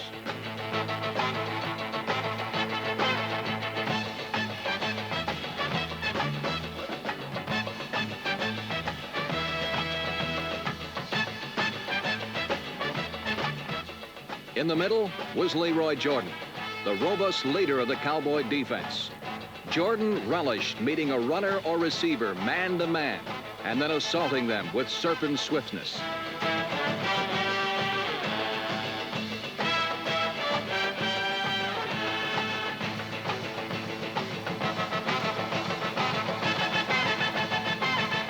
behind the linebackers was the secondary. Their job is the toughest in pro football. Defensive backs must fuse the flowing grace of a receiver with the toughness of a middle linebacker. It is a position of persuasion and constant contact.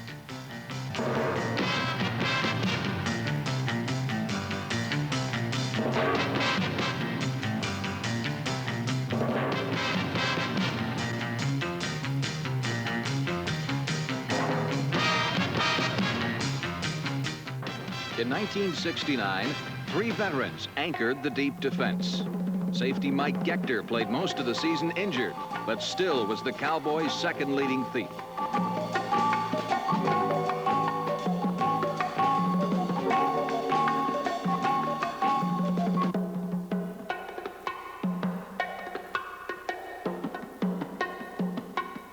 Cornerback Cornell Green was the Cowboys' best one-on-one defender, while All-Pro Mel Renfro played every position and intercepted more passes with more flair than anyone else in the NFL.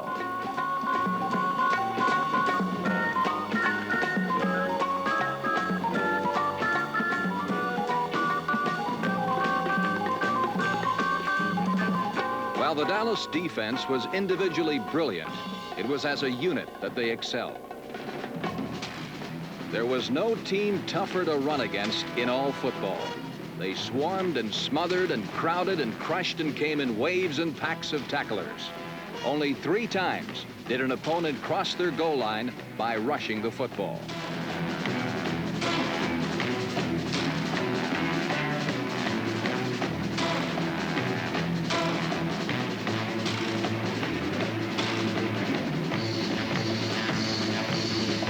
If the defense was tough on runners, they were tougher on quarterbacks. The Cowboys tackled quarterbacks more times for more yards lost than any other team in pro football.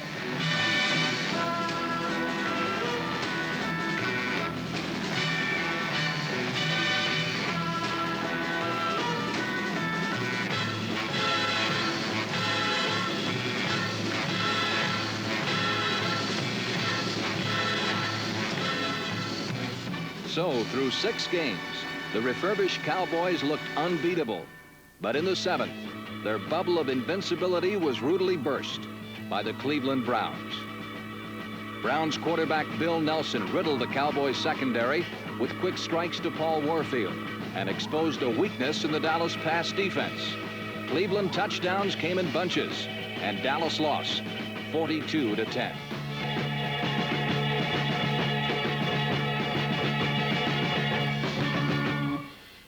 Dallas rebounded from their first defeat by trouncing New Orleans.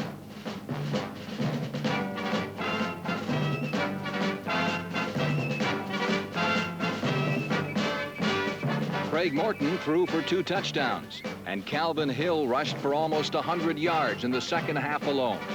By now it was apparent to all of pro football that Hill was an extraordinary rookie.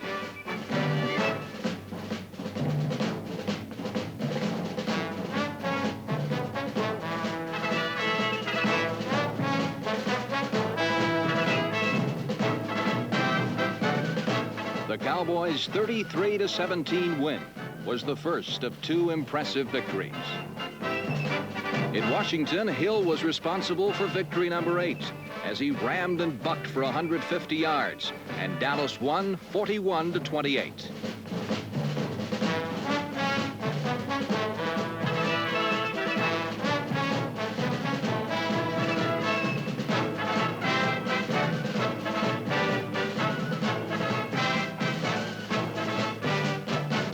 From Washington, Tom Landry's Cowboys traveled to the West Coast to meet the Sunshine Supermen of the Los Angeles Rams.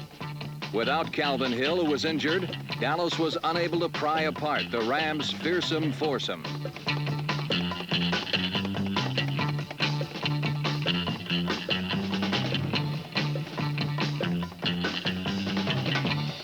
Because both teams were division leaders, the game had added luster. On offense, the Rams scored with startling suddenness, while Dallas touchdowns were the aftermath of deliberate, painstaking drives.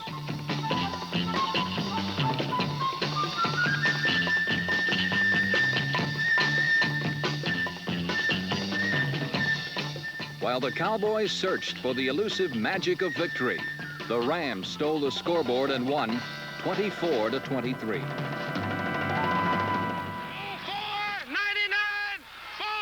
After the disheartening loss to Los Angeles, Dallas played uninspired football for the next 2 weeks. They managed a tie with the San Francisco 49ers, and then in Pittsburgh, they scrambled past the Steelers 10-7.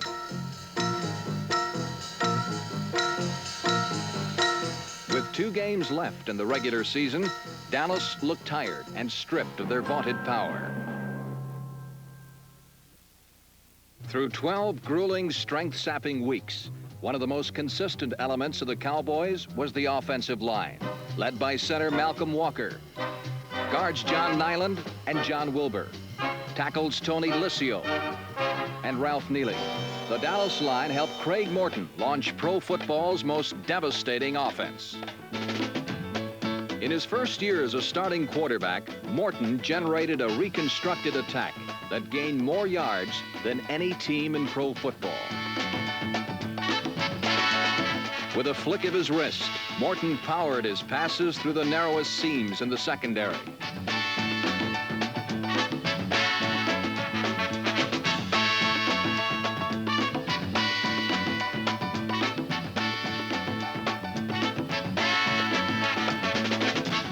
To a quarterback, courage is as much a part of the game as throwing touchdown passes. During the season, Morton proved that his heart was as strong as his arm.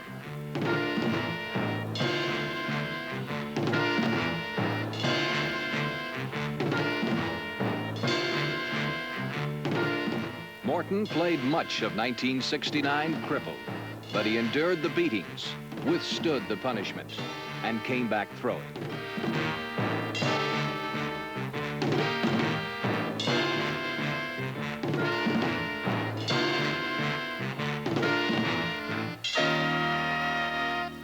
While the Cowboys had many tools of victory, it was at receiver that they were most secure.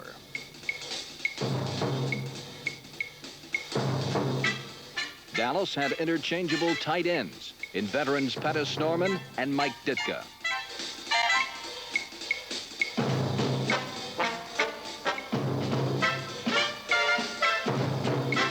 When Bob Hayes was injured, his replacement, Dennis Holman, averaged 20 yards every time he touched a football. But only Bob Hayes can turn those 20 yards into 100 yards.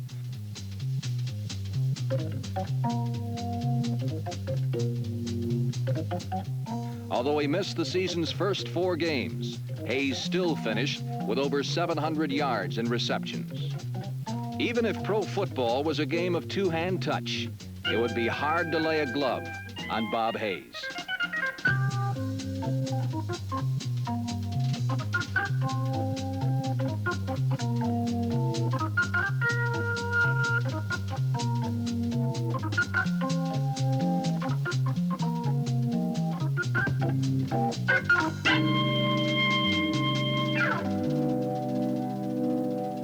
While Bob Hayes eluded capture with fluid bursts of speed, Lance Rensel shadowboxed with a defender until he escaped for that one fleeting moment of freedom.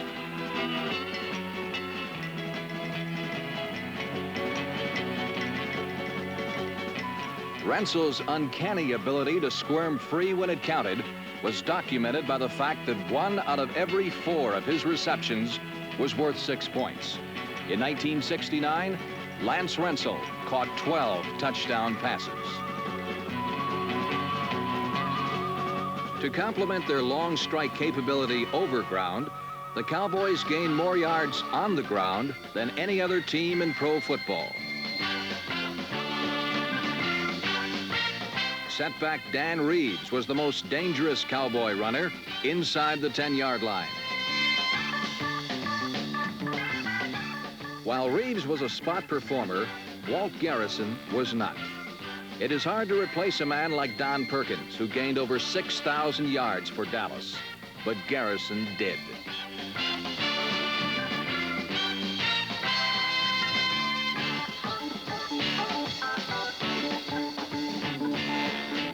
Garrison's Billy Goat Butt and Buck style of running accounted for over 800 yards rushing.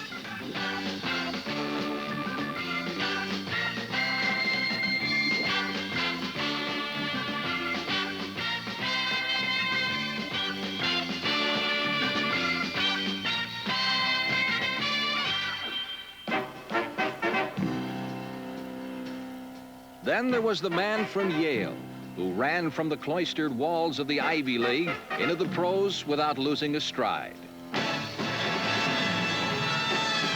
Unheralded but unstoppable, Calvin Hill became the most feared power-speed combination to hit the pros since Jimmy Brown. In a game of specialists, versatile Calvin Hill was a throwback to earlier eras because he ran, caught, and passed with equal ease.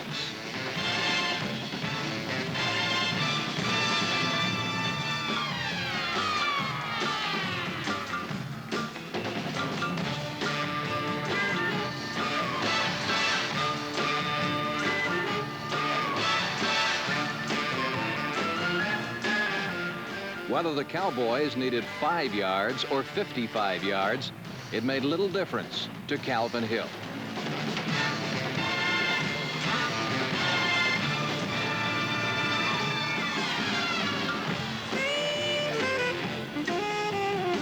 "24 players were drafted ahead of Hill, but he was football's Rookie of the Year.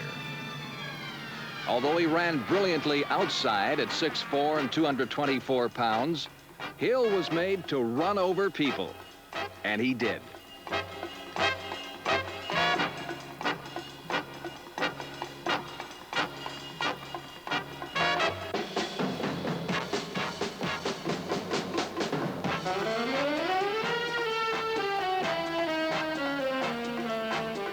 But he didn't just run over tacklers. He jumped over and at them with the zest and style of a Ty Cobb in football cleats.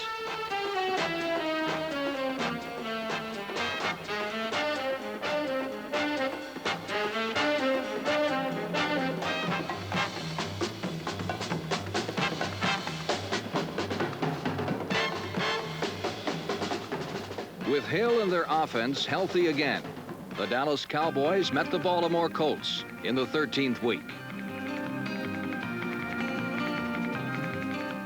The defense limited Baltimore to 10 points and forced the old master Johnny Unitas into a day of errors.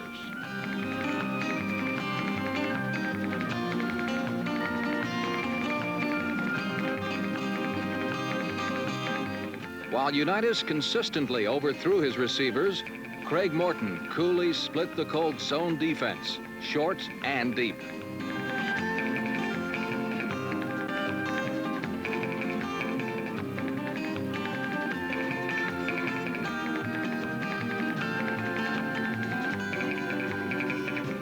The 27-10 victory was the Cowboys' 10th of the year. Number 11 came against the Washington Redskins in the season's last game. Gearing for next week's Eastern Division playoff against Cleveland, the Doomsday defense checked Sonny Jurgensen and the Redskin offense without a touchdown.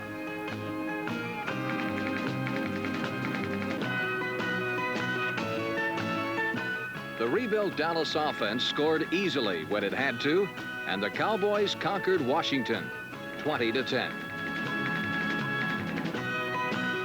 It was 7 days to Sunday, a day when the Cowboys would know their renaissance was not yet complete.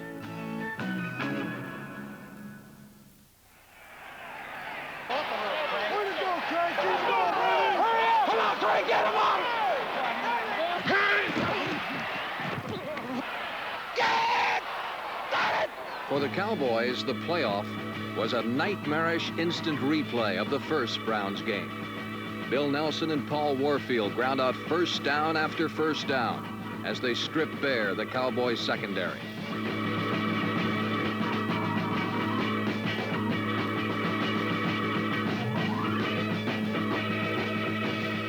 For the second straight year, Tom Landry watched Cleveland defeat his Cowboys for the Eastern Championship.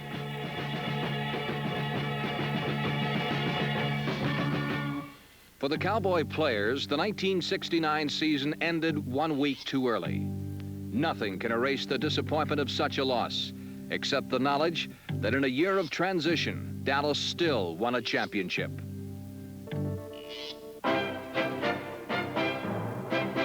The Cowboys enter the new decade with the brightness and dazzle of a freshly minted coin.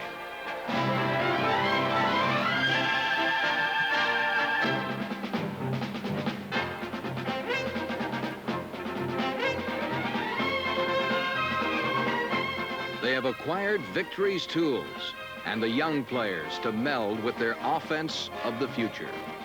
The Cowboys are a team for today, tomorrow, and truly the team for the 70s.